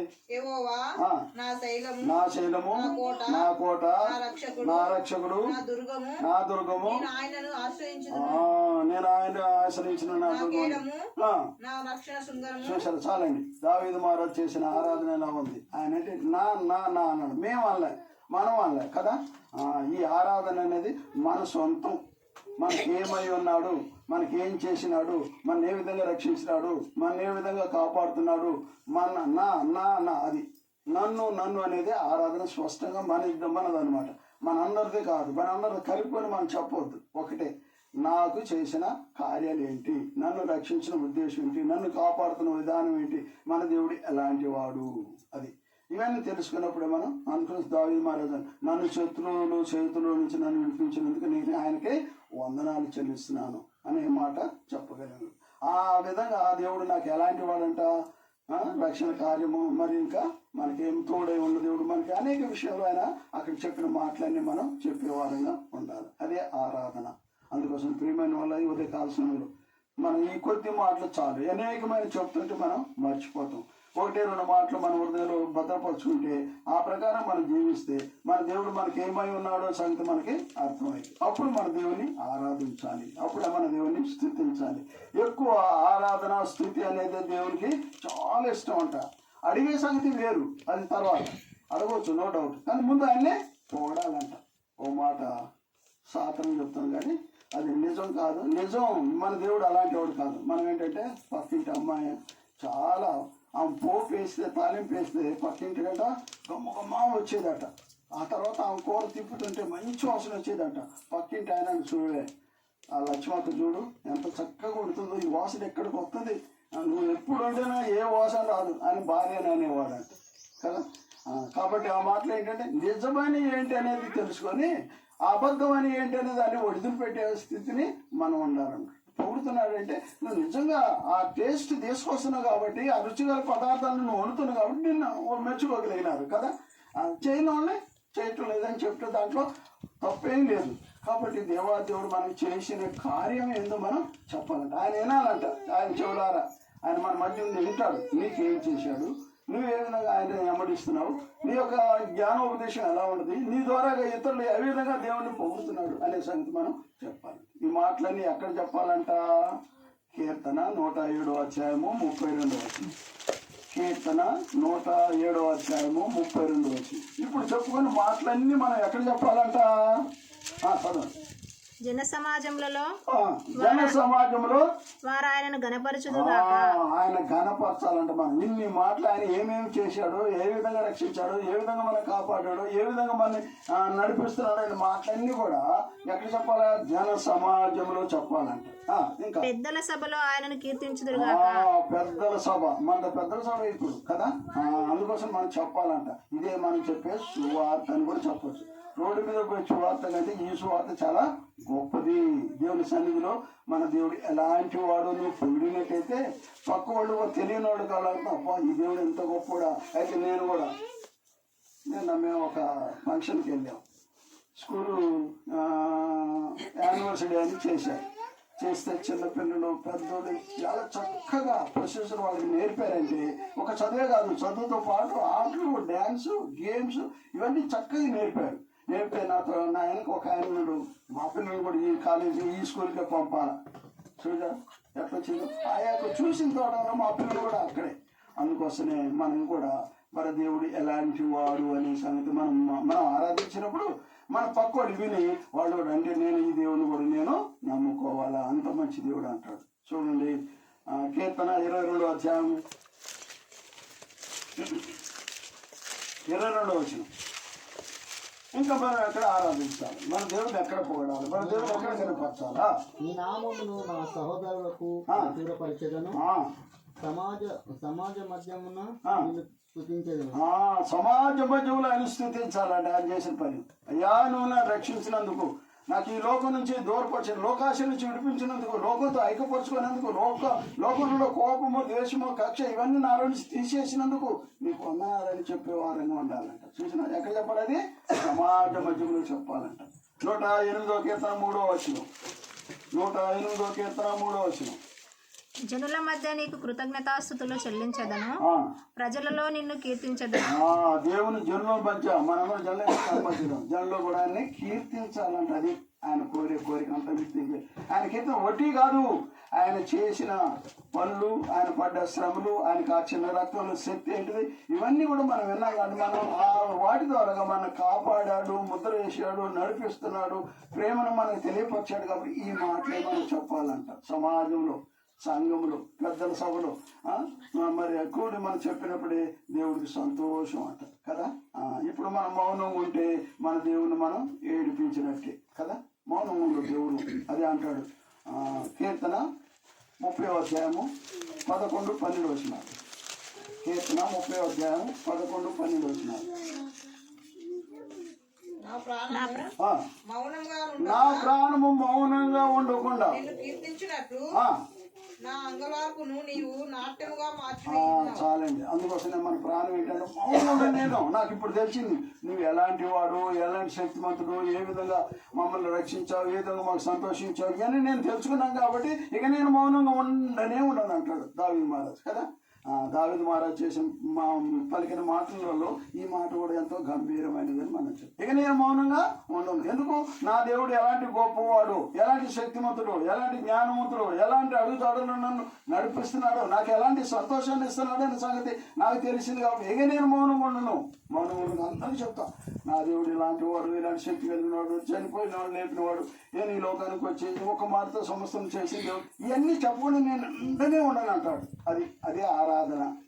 దాన్ని మనం ఆరాధనగా మనం దేవుని యొక్క విషయంలో చెప్పుకుంటాం. కాబట్టి ఈ మాటలన్నీ మనం విని ఈ మాటల ద్వారా మనం దేవుని ఆరాధించి ఆయన్ని సంతోషపరిచే వారు ఉండాలని ప్రభుపేట మీ అందరినీ వేడుకుంటున్నాను. సండే స్కూల్ ఉందా లేదా? సరే, అయితే మనం ఒక నిమిషం మౌనం ఉండి మోకాళ్ళ మీదకి వచ్చి ఒక నిమిషం మౌనం ఉండి మన దేవుని మరి ఆరాధించడానికి మనం సిద్ధపడదాం. ప్రభా ఇంతకాలం నువ్వు ఇలాంటి వాడు నాకు తెలియక నిన్ను నేను పొగడలేదు, నిన్ను ఆరాధించలేదు, నిన్ను ఇతరులకు స్వార్థ ప్రకటించలేదు, ఇవన్నీ నన్ను క్షమించిన ఆయన అని మనం క్షమాపణ అడుగుదాం. ఎప్పుడైతే మనం క్షమిస్తామని అడిగితే మన దేవుడు ఏం చేస్తాడు? క్షమాపణ ఇస్తాడు. ఆ తర్వాత మనం ఆరాధన చేయవచ్చు. పర్వాలేదు, లేకపోతే సరిపోతుంది. సండే స్కూల్ ఉంటే మన పాట పాడితే పిల్లలు సండే స్కూల్కి వెళ్తారు. లేదు కాబట్టి ఇట్లా కూర్చొని మన మౌనం ఒక నిమిషం మౌనం ఉండి క్షమాపణ అడుగుదాం. మనం ఏదైతే తప్పిపోయానో ఇప్పుడు చెప్పిన మాటలలో మనకి ఏదైతే మనకు చేయలేకపోయినామో వాటిని చేయడానికి దేవుడు మనకు సహాయం చేసేటట్టుగా దేవుని ఒక మాట చొప్పున మనసులోనే క్షమాపణ అడుగుదాం. అయ్యా నేను నీ సువార్త ఇతరులకు చెప్పలేదు, నీ కార్యాలు ఇతరులకు చెప్పలేదు, నువ్వు ఇలాంటి వాడు అని నాకు తెలియక నేను గ్రహించలేక చెప్పలేకున్నాను, నన్ను క్షమించండి.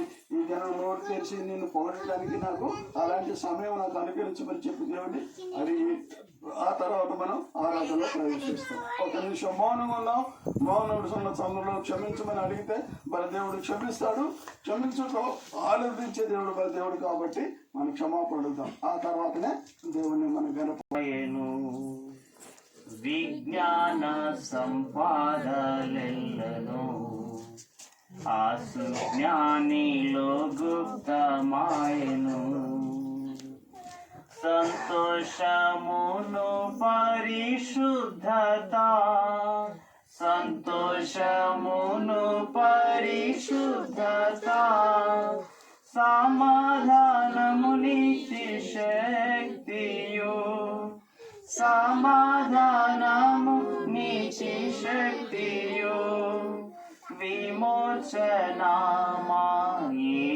యేసు విమోచనమాయెను యేసు ఆనందమానందమాయెను నాదు ప్రియ కుమారుని యందు మహదానందమానందమాయెను నాదు ప్రియ కుమారుని యందు. ఇప్పటి వరకు యేసుక్రీస్తు ప్రభువారు ఎట్లాంటి వాడో మనం విన్నాము. ప్రాముఖ్యంగా సామెతల గ్రంథం 8వ అధ్యాయంలో మానవులమైన మనతో మాట్లాడే దేవుడు, ఆయన నోటి మాటలు మరి సత్యమైనవి, ముత్యముల కంటే శ్రేష్టమైనవి, ఆయన సృష్టి ఆరంభం కంటే ముందే నియమించబడ్డాడు. మరి ఎన్నో అద్భుతమైన సంగతులు, ఆయన జ్ఞానాన్ని గురించి మనం విన్నాము. ఆయన చేసిన కార్యాలను జ్ఞాపకం చేసుకుంటూ మనము మార్చి ప్రభును ఆరాధిస్తాం. ప్రభువే నన్నే పరచుకోలేదు నేను, ప్రభువే నన్నే పరచుకోలేదు. పాపినైనా నాకు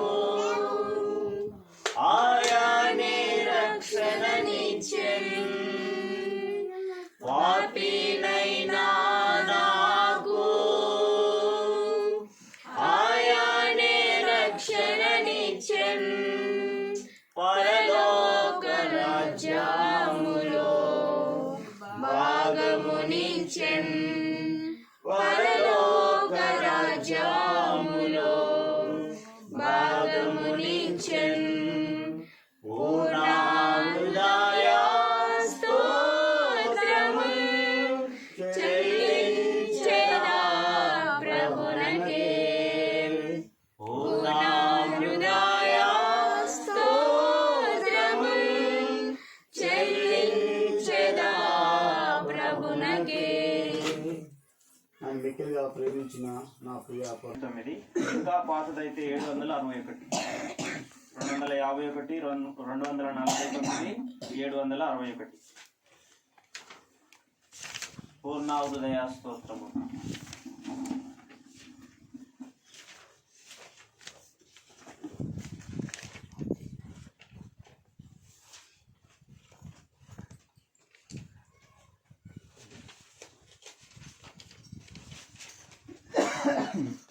పూర్ణ హృదయ స్తోత్రముల్ చెల్లించెదా ప్రభునకే,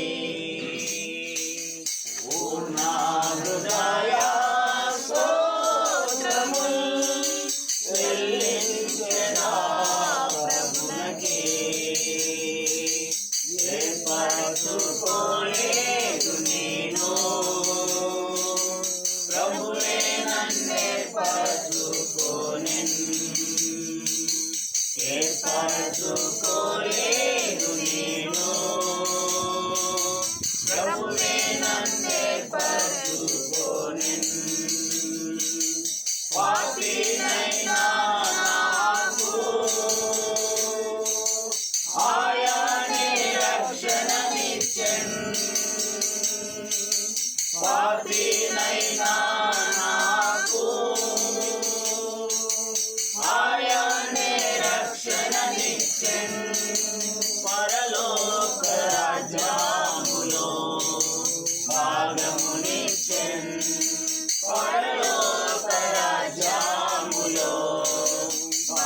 ఫలమునిచ్చెన్ పూర్ణ హృదయ స్తోత్రము చెల్లించెదా ప్రభునకే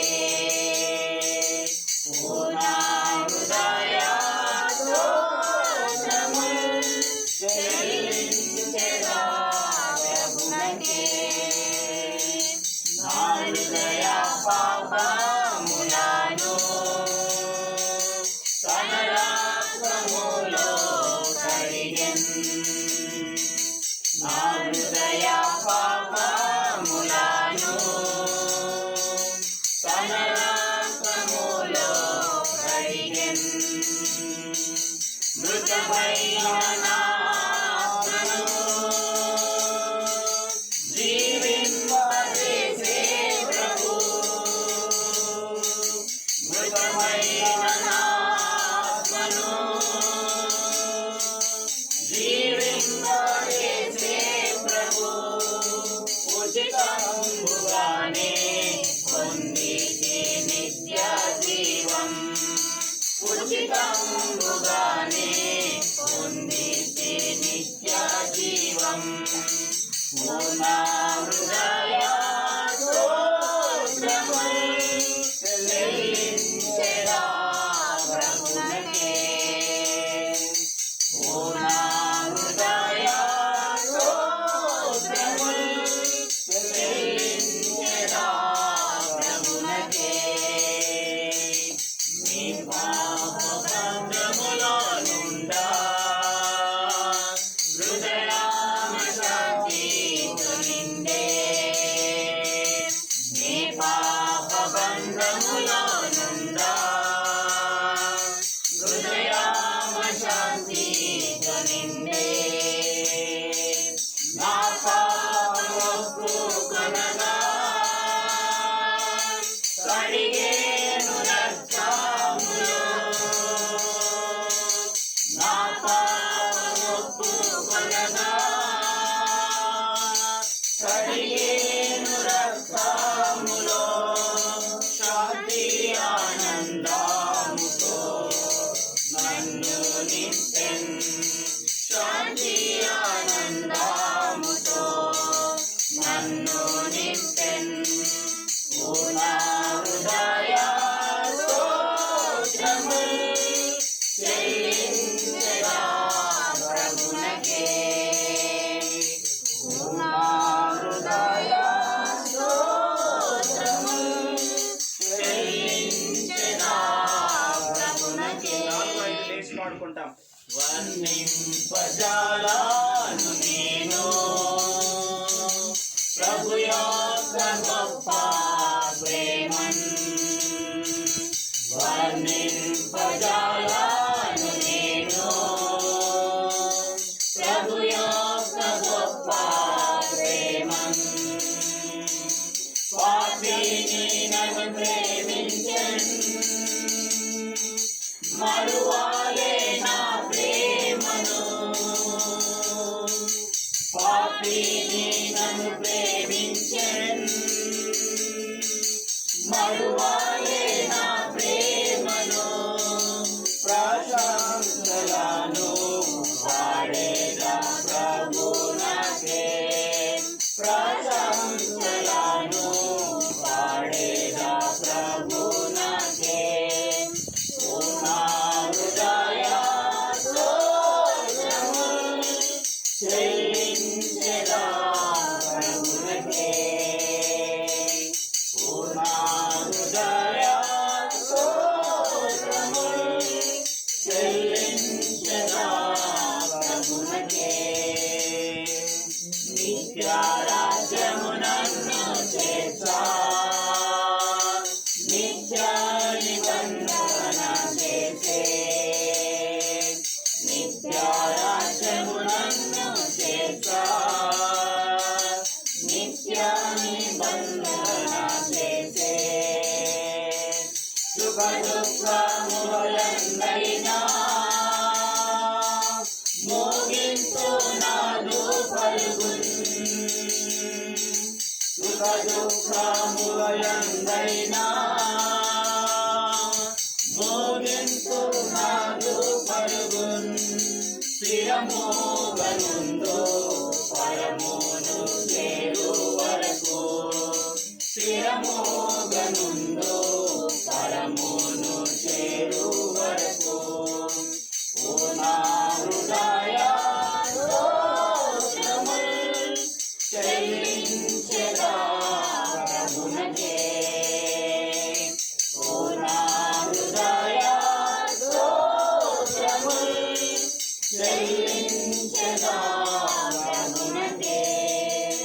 దయచేసి కూర్చోనండి.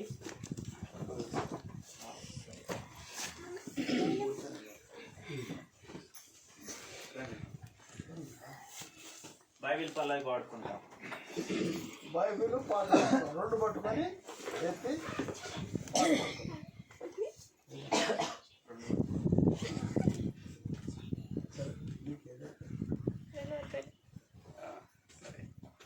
పఠింప శ్రేష్ఠ గ్రంథం Bible.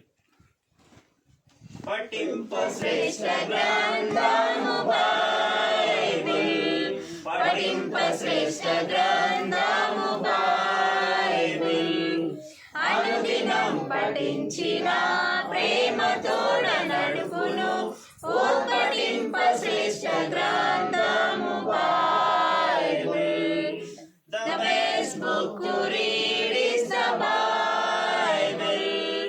The best book to read is the Bible. If you read it every day, it will last you all the way. Oh, the best book to read is the Bible. दुनिया में सबसे प्यारे पुस्तक Bible, दुनिया में सबसे प्यारे पुस्तक बाइबल.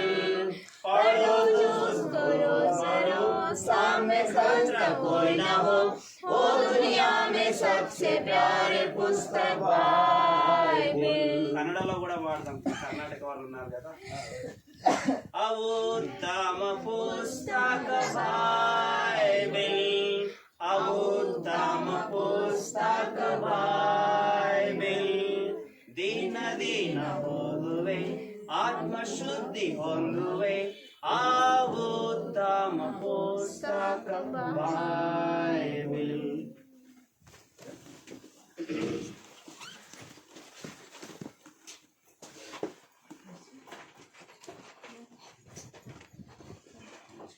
ఎందుకు పాఠ పుస్తకం కూడా ఎత్తి పాడమన్నది. పాట బైబిల్లో సగం చెప్పాలంటే శక్తి కలిగింది, పాటలు కూడా. పాటలు లేకుండా ఆ శక్తి లేకుండా మనం పాడలేదు. దాన్ని కూడా మనం మర్యాద పూర్వకంగా గౌరవించాల్సిన విధానం అది. సరే, అన్నగారికి ఏ విధంగా ఉందో తెలియదు, నాకు తెలిసిన మాట చెప్పగలుగుతున్నాం. రైట్. ఇప్పుడు మనం ఈ బైబిల్ చదివేటప్పుడు కొన్ని మాటలు మనం కొన్ని గుర్తుంచుకున్నాం. మన బుద్ధులు మంచివి కావు. మన బుద్ధులు మంచిగా అంతే కావు. అందుకోసం అలాంటి బుద్ధుల కోసం కొన్ని మాటలు మనం చూసుకుందాం ఏకన్ వాక్యం ప్రకారం. యెషయా గ్రంథము 50వ అధ్యాయము 5వ వచనం. యెషయా గ్రంథము 50వ అధ్యాయము 5వ వచనం. ప్రభువగు యెహోవా నా చెవికి విను బుద్ధి పుట్టింపగా నేను ఆయన మీద తిరుగుబాటు చేయలేదు. ఇక్కడ యెషయా ప్రవక్త చెప్పే మాటలు ఏంటంటే, ఆయన మాటలు వినబుద్ధి పుట్టించినవి కాబట్టి ఆయన తిరుగుబాటు చేయలేదట కదా. మన బుద్ధి ఎట్లా ఉండాలి? వినబుద్ధి కావాలి మనకి. వినబుద్ధి పుట్టించుకొని దేవుని మనం అడగాలి. వినబుద్ధి పుట్టించుకొని ఆయన ప్రాధేయపడాలి. వినబుద్ధి పుట్టించినప్పుడు ఆయన చెప్పినప్పుడే మనకి వినటానికి ఎంతో సొంపుగా ఉంటుంది, మంచిగా ఉంటుంది. వినబుద్ధి పుట్టించిన ప్రభువుని మనం అడిగే వారంగా ఉండాలంట. రెండవదిగా చూస్తే 1 పేతురు 1వ అధ్యాయం 13 వచ్చింది. 1 పేతురు 1వ అధ్యాయం 13 వచ్చింది.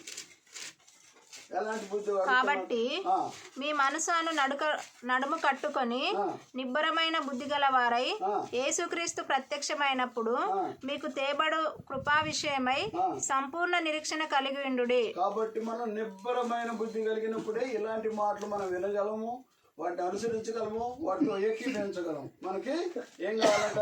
విన్న బుద్ధి పుట్టే ఒక బుద్ధి కావాలి. రెండోదంటే నిబ్బరమైన బుద్ధి కలిగిన వారంగా ఉండాలి. మూడోదిగా చూస్తే సామెతలు 15వ అధ్యాయం 5వ వచనం. సామెతలు 15వ అధ్యాయం 5వ వచనం. లోబడి బుద్ధి అక్కడ రాశాడు. మూఢుడు తన తండ్రి చెయ్యి శిక్షను గట్టిగా గట్టితో మూఢుడు తన తండ్రి చేయి శిక్షను తిరస్కరించును. గద్దింపునకు లోబడివాడు బుద్ధిమంతుడవును. గద్దెంపుకు లోబడే బుద్ధి మనకు ఉండాలన్న. అప్పుడు మనం ఏమైతాం? బుద్ధిమంతులు అవుతాం.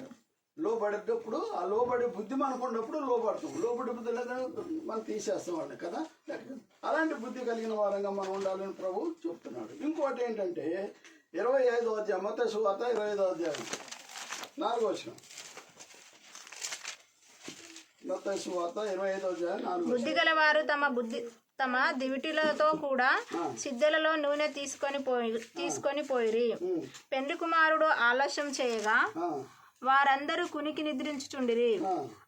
అర్ధరాత్రి వేళ ఇదిగో పెండ్లి కుమారుడు అతనిని ఎదుర్కొన రండి అను కేక వినబడెను. అప్పుడు ఇక్కడ మనం చూస్తే మనకు తెలుసు బుద్ధి కలిగిన బుద్ధి లేదు కలిగిన కదా. కాబట్టి ఆ బుద్ధి కలిగిన వారంగా మనం సిద్ధపడే బుద్ధి మనకు ఉండాలన్నమాట. ప్రభు వస్తాడు, ప్రభు రానే ఉన్నాడు. వచ్చేటప్పుడు ఈ లోకంలో జరిగే విషయాలు ఏంటో మనకు ముందుగానే తెలియపరిచాడు. వాటి ప్రకారంగా మనం సిద్ధపడే బుద్ధి మనకు ఉండాలంట. ఇప్పుడు ఎన్ని బుద్ధులు నేర్చుకున్నాం మనం? మన బుద్ధులు మంచి కావు కాబట్టి మనకు తెలుసు 7 చెడు బుద్ధులు ఉన్నాయి. వాటిలో మనం నేర్చుకోవడానికి 4 లెక్కలు వేసుకున్నాం. దేవుణ్ణి అడగాలంట. మరి చదవండి 50వ అధ్యాయం 5వ వచనం. ఈ వ్యక్తిని మనం మనసులో ఉంచుకోవాలి. ఇలాంటి బుద్ధి కలిగిన వారంగా ఉండాలి. ఇలాంటి బుద్ధి లేని వారంగా ఉండకుండా బుద్ధి కలిగిన వారంగా ఉండాలి. బుద్ధిమంతులుగా ఉండాలి. బుద్ధి నేర్చుకునే వారంగా ఉండాలి. బుద్ధిని అనుభవించే వారంగా ఉండాలి. బుద్ధినితో ఏకీభవించే వారంగా ఉండాలి. అది మన బుద్ధులు కదా. దేవుని బుద్ధికి మన బుద్ధికి ఎంత తేడా ఉంటుందంటే మనం ప్రతి దానికి మన బుద్ధి చెడే, కానీ మంచి ఎప్పుడు కూడా జరగదు. అందుకోసం దేవుడు ఏమంటాడంటే భిన్న బుద్ధి పుట్టించి మనసు నాకు ఇయ్యాయి అని మనం ప్రార్థన చేస్తే దేవుడు మనకు ఆ మనసు ఇస్తాడంట. కాబట్టి అప్పుడు మనం దేవుని సన్నిధిలో ఉంటాం. మరోసారి చదువుతున్నమాట. యెహోవా నా చెవికి వినబుద్ధి పుట్టింపగా నేను ఆయన మీద తిరుగుబాటు చేయలేదు. వినబుద్ధి పుట్టించడం తిరుగుబాటు చేయలేదు. వినబుద్ధి పుట్టకపోతే మనం తిరుగుబాటు చేస్తాం కదా. మన స్వభావమే తిరుగుబాటు చేసేది. మన స్వభావమే మరి లోబడే బుద్ధి కాదు మన స్వభావం. కాబట్టి ఇలాంటి బుద్ధులు కలిగి మనం ఉండాలని దేవాది దేవుడు మన పదే చెప్తున్నారు. విషయంలో మీ ప్రసంగం చాలా ఉన్నాయి కానీ అది కాదు. కానీ ఇప్పుడు కొన్ని మాటలు మనం ఈ బుద్ధి 4-5 బుద్ధులు చూసుకున్నాం. వీటి ప్రకారంగా మనం నడిపించాలని మన దేవుని కోరుకోవాలి. అప్పుడే మన దేవుడు మనకి ఎలాంటి మంచి బుద్ధి ఇస్తాడు, ఎలాంటి వినబుద్ధి పుట్టిస్తాడు, ఎలాంటి స్వస్థ బుద్ధి బుద్ధి, దాని నెమ్మరమైన బుద్ధి, ఇది సిద్ధపడే బుద్ధి. ఇవన్నీ కూడా మనకి దేవుడు ఇచ్చినప్పుడు మనం సిద్ధపడతాం. అప్పుడు పరలోకానికి వెళ్తాం. అందుకోసమే 10 మంది కన్యకల సంగతిని సిద్ధపడ్డవారు ఏంటి, సిద్ధపడ్డవారి సంగతి ఏంటి మనకి ఆ కథ బాగా తెలుసు. కాబట్టి ఆ రీతిగా మనం జీవించాలని ప్రభువును మనం పదే హెచ్చరిస్తూ అడిగే వారంగా ఉండాలి. మరో మాట దేవుడు ఏమంటాడంటే దేవుని యొక్క పాత్రలో మానవుని యొక్క పని ఏంటి, దేవుని యొక్క పాత్రలో మానవుని యొక్క పని ఏంటి అనే సంగతి మనం తెలుసుకోవడానికి ఓ మాట చదువుకున్నాం. యోహాను సువార్త 11వ అధ్యాయం. యోహాను సువార్త 11వ అధ్యాయం 39వ వచనం. యోహాను సువార్త 11వ అధ్యాయము 39వ వచనం. యేసు రాయి తీసివేయడని చెప్పగా చాలండి, ఈ కథ మనకు తెలుసు. ఈ రాయి అక్కడ లాజరు చనిపోయినప్పుడు వాళ్ళ అక్క ఏమంటదంటే నువ్వు ఇక్కడ ఉన్నట్టయితే చనిపోకపోయాడే. యేసు ప్రభువు 4 దినాల తర్వాత వాళ్ళ ఇంటికి వచ్చి చెప్తాడు, అమ్మ సమాధి దగ్గర పోదాం పాడిన అంటాడు. అంటే లేదు నాయన 4 రోజులు అయింది, ఆ సమాధి దగ్గర పోతే ఆ వాసన మనం భరించలేము అని వాళ్ళ అక్క అంటే లేదు వెళ్దాం అంటాడు. సలమని వెళ్తారు. వెళ్ళిన తర్వాత ఆయన ఏమంటాడు, మీరు ఆ రాయి తీయండి అంటాడు. ఏ రాయి?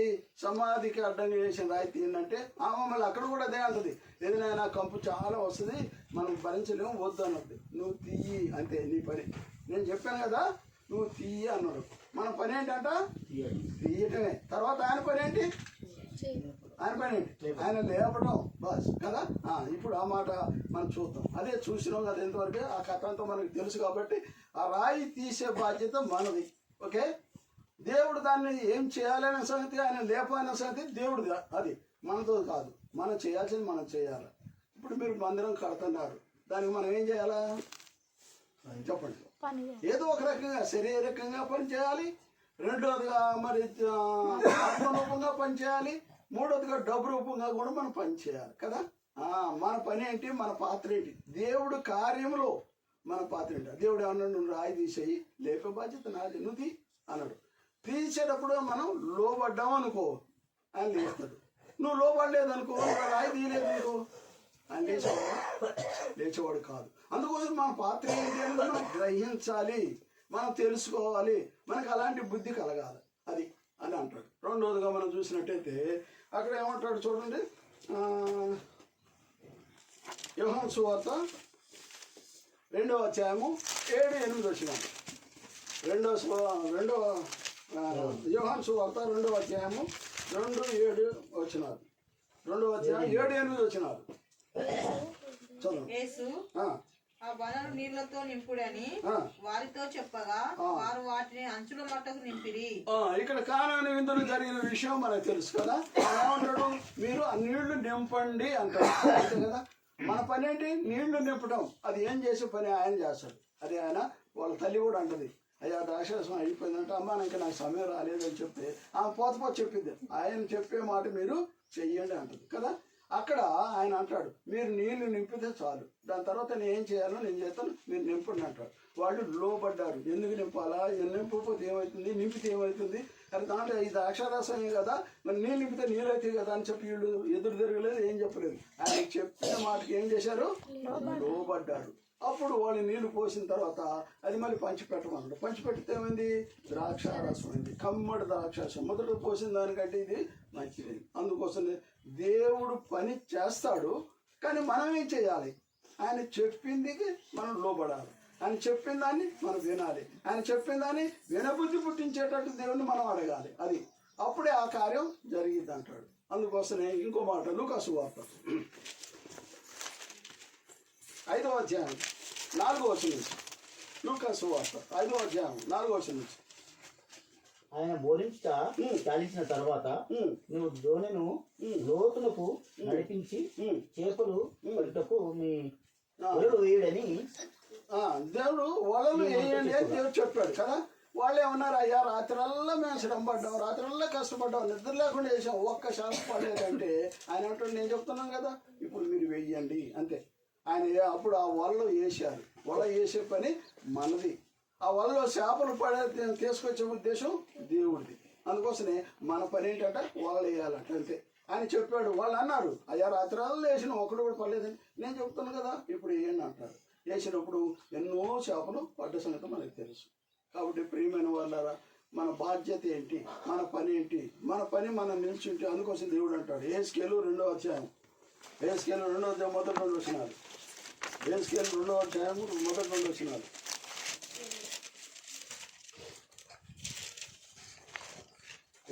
నరపుత్రుడా, నువ్వు చక్కగా నిలబడుము, నేను నీతో మాట్లాడవలనని ఆయన నాతో మాట్లాడి అప్పుడు ఆత్మ నాలోనికి వచ్చి నన్ను నిలబెట్టాను.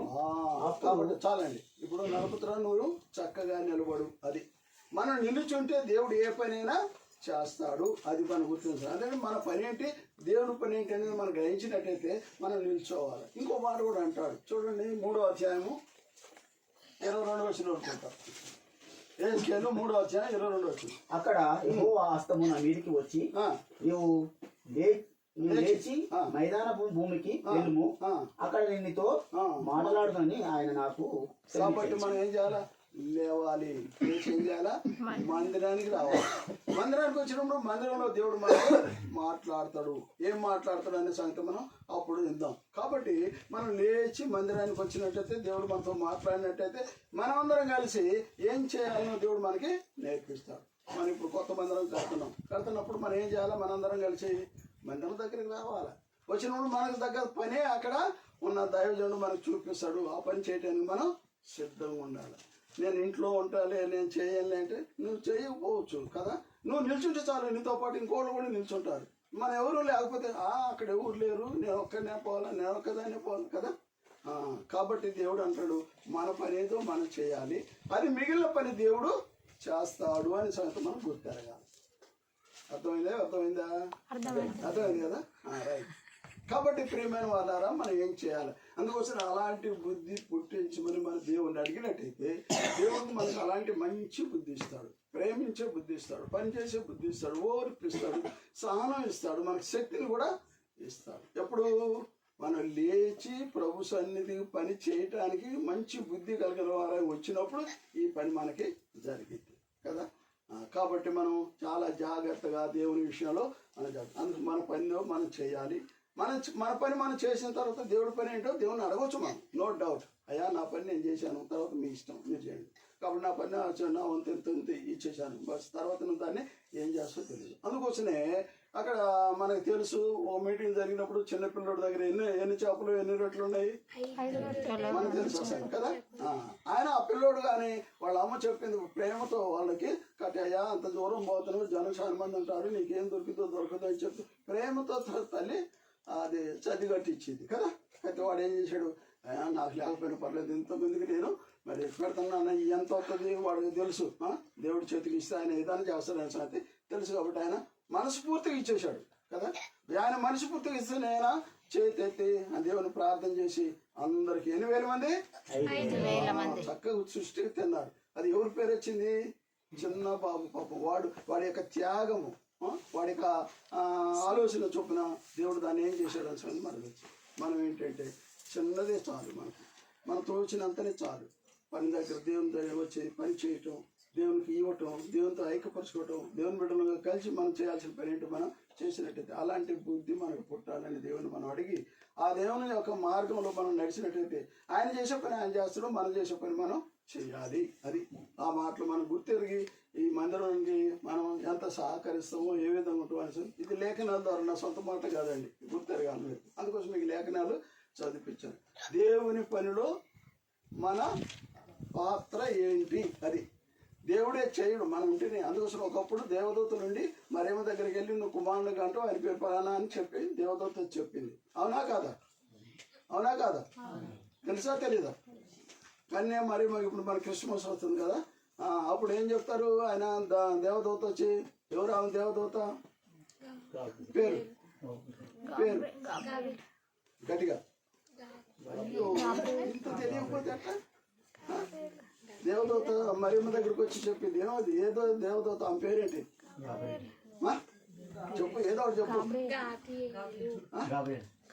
గాబ్రియల్ దూత వచ్చి చెప్పింది మరియమ్మ తోటి కదా, నువ్వు కుమారుడు అంటావు. అదేంటి నాకు సంతానం, నాకు పెళ్ళే కాలేదు, ఇంకా ప్రధానమైంది అంతే కదా, నేనే చెప్పావా? మరి భయపడితే ఆయన చేసే కార్యం ఏందో నీకు. అందుకోసం యేసు ప్రభువు పుట్టాడా వచ్చాడు రేపు వస్తుంది క్రిస్మస్ పుట్టినరోజు. పుట్టలేదు ఆయన, వచ్చాడు. ఎవరికి వచ్చాడు? మరియమ్మ గర్భంలోకి వచ్చాడు. ఆ తర్వాత పుట్టడం జరుగుతుంది. ఎందుకంటే ముందు దేవుడు అందుకోసం ఎందుకు పాపం చేయకుండా పిల్లగాడిని అంటుందంటే కారణం ఏంటి? ఆయన వచ్చి ఆమెను ఉండబట్టే ఆయన బయటకు వచ్చాడు. ఆయన ఆమెను వాడుకున్నాడు అంతే. అంతేగాని ఆయన దేవుడు పుట్టినది ఏ పరిస్థితి కాదు అది. కానీ జన్మించాడు, నో డౌట్, అది చెప్పలేదు. మనకు లోకానికి కావాల్సిన స్థితి తెలుసుకోవడానికి అనే ఉద్దేశంతో ఆయన జన్మించడం జరిగింది. చాలా మంది పశువుల పాకలు పుట్టాడు. పశువుల పాకలు పుట్టాడా? ఇంకెక్కడ పుట్టాడు? లేదు.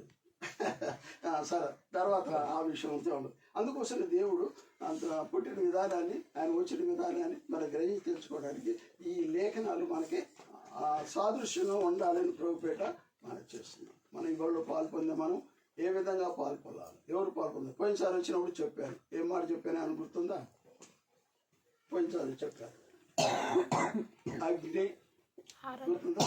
మండే హృదయము మండాలి. మనలో మండినప్పుడే మనం ఏదైనా చేయగలం. ఆ మంట మనలో లేకపోతే దేంట్లో పాల్పొందే వేస్ట్ కదా. మనం చూస్తుంది అన్నమాట. మరి అదే మరి మీరేమన్నా తెల్లబడి చూస్తున్నారు కదా, 4 నెలలు 5 నెలలు అవుతుందని వచ్చిపోయి కదా. కాబట్టి మనం మండే హృదయం ఉండాలట. చాలా చూద్దాం. మనం దేవుని సన్నిధికి వచ్చినప్పుడు కొన్ని మాటలైనా మనకి గుర్తుండాలి. అట్లా గుర్తు లేకపోతే మనం ప్రభు పరలోకానికి పోనేపోవు. యోహాను సువార్త 5వ అధ్యాయం 35వ వచనం మరోసారి చదువుతున్నాం. మర్చిపోవద్దు. అప్పుడే మనం దేవుని కొరకు ఏం చేయగలమో, ఏం చేస్తామో, ఎలాంటి శక్తి ఉంది, ఎలాంటి బలవంతులమో, ఏమి మనతో అయిపోయింది అనే సంగతి మనకి జ్ఞాపకం వస్తుంది. కాబట్టి చదవండి ఆ మాట. అతడు మండుచు ప్రకాశించున్న దీపమై ఉండెను. మండుచు ప్రకాశించే దీపమై ఉండెను. మీరు అతని వెలుగులో ఉండి కొంతకాలం ఆనందించుటకు ఇష్టపడితిరి. అయితే యెహోవా సాక్ష్యము కంటే నాకు ఎక్కువైన సాక్ష్యము కలదు. కాబట్టి చాలండి. కాబట్టి మనకి ఏంటంట, మండే హృదయం ఉండాలంట.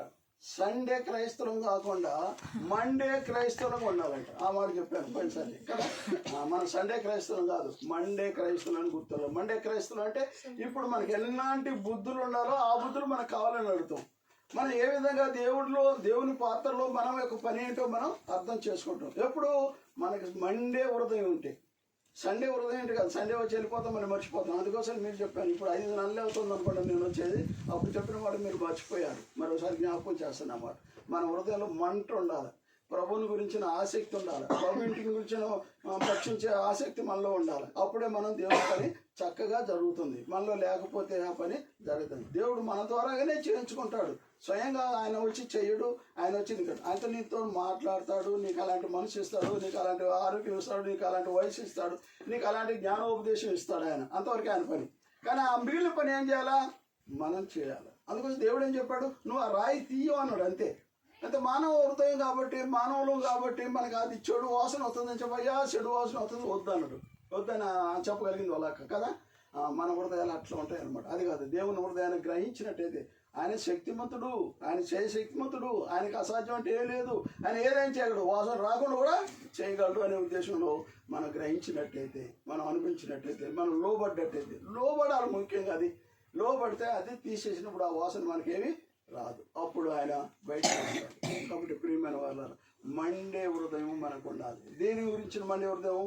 దేవుని కొరకైన ప్రయాసం, దేవుని సువార్త చెప్పే విషయంలో, దేవునితో ఐక్యపరిచే విషయంలో. దేవుడు అందుకోసం చెప్పాను కదా, మదిలో వాక్యం, గదిలో ప్రార్థన, ఈ విధిలో సాక్ష్యం అని. ఎందుకు వచ్చింది అది? ఆ మాట ఎలా వస్తుంది? మన హృదయం అట్లా మండినప్పుడే, మన హృదయంలో అలాంటి ధ్యాస ఉన్నప్పుడే, మన హృదయంలో అలాంటి యోగ్యత ఉన్నప్పుడే, మన హృదయాన్ని దేవునికి సమర్పించినప్పుడే, మన యొక్క శరీరాన్ని ద్వారా దేవుడు. అందుకోసం ఇందాక ఆరాధన కూడా కనిపించని దేవుడు అని మాటలు చూసాం కదా. కాబట్టి ప్రియమైన వాళ్ళ ఈ యొక్క మధ్యాహ్న సమయంలో మన హృదయం ఎలా ఉండాలంటే, మన మందిరం కట్టాలి, మందిరంలో మనం చేరాలి, మందిరంతో మనం ఐక్యపరచుకోవాలి. మందిరానికి ఏది ఇచ్చినా మనకి ఇంకా డబ్బులు దొరుకుతుందనే ఉద్దేశంలో మనం ఆలోచించినట్టయితే ఆ మందిరం ఎప్పుడూ అయిపోతుంది. కాబట్టి కొద్దిమంది అయినా దేవుని యొక్క ఇష్టానుసారంగా, దేవుని యొక్క బుద్ధిపూర్వకంగా మనం దేవుని ఇంట్లో పనిచేసినట్టయితే అది ఎంతో విజయవంతమైంది, ఎంతో సక్సెస్ అయింది, ఎంతో యోగ్యత గలవారంగా మనం అవుతాం. కాబట్టి మనం సండే క్రైస్తవం కాకుండా మండే క్రైస్తవులు, నశించిపోయే ఆత్మలో పట్టాల మందిరం పడుతుంది. ప్రతి విషయంలో మనం మండే వారంగా ఉండాలంట. కాబట్టి ప్రియమైన వాళ్ళ ఆ మాట మనం చూడటానికి ఇది లేదు. కాబట్టి మనం అంశంలోకి వెళ్దాం. మత్తయి సువార్త.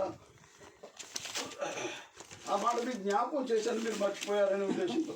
అది కాకుండా ఇప్పుడు మనం అంశంలోకి వద్దాం. ఎవరు దేంట్లో పాలు పొందాలా, ఎలాంటి వారు దేంట్లో పాలు పొందితే మనకి యోగ్యత కలిగితే దాన్ని మనకి ఫలితం వస్తుందనే మాట మనం చూసుకోవచ్చు. మత్తయి సువార్త 26వ అధ్యాయం.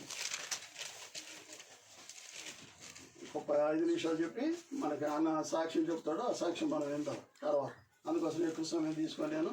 కాబట్టి దీని విషయంలో కొన్ని మాటలు తెలుసుకొని మన హృదయం మండేదిగా ఉన్నప్పుడే మన దాంట్లో పాలు పొందడానికి యోగ్యులుగా ఉంటాం. మరి హృదయం మండేదిగా లేకపోతే, ప్రభు కొరకు మనం ఏం చేయలేకపోతే, ప్రభు భోజనంలో ప్రభు శరీరం తినడానికి, ఆయన మరి రక్తం తాగడానికి మనం యోగ్యులం కాదు.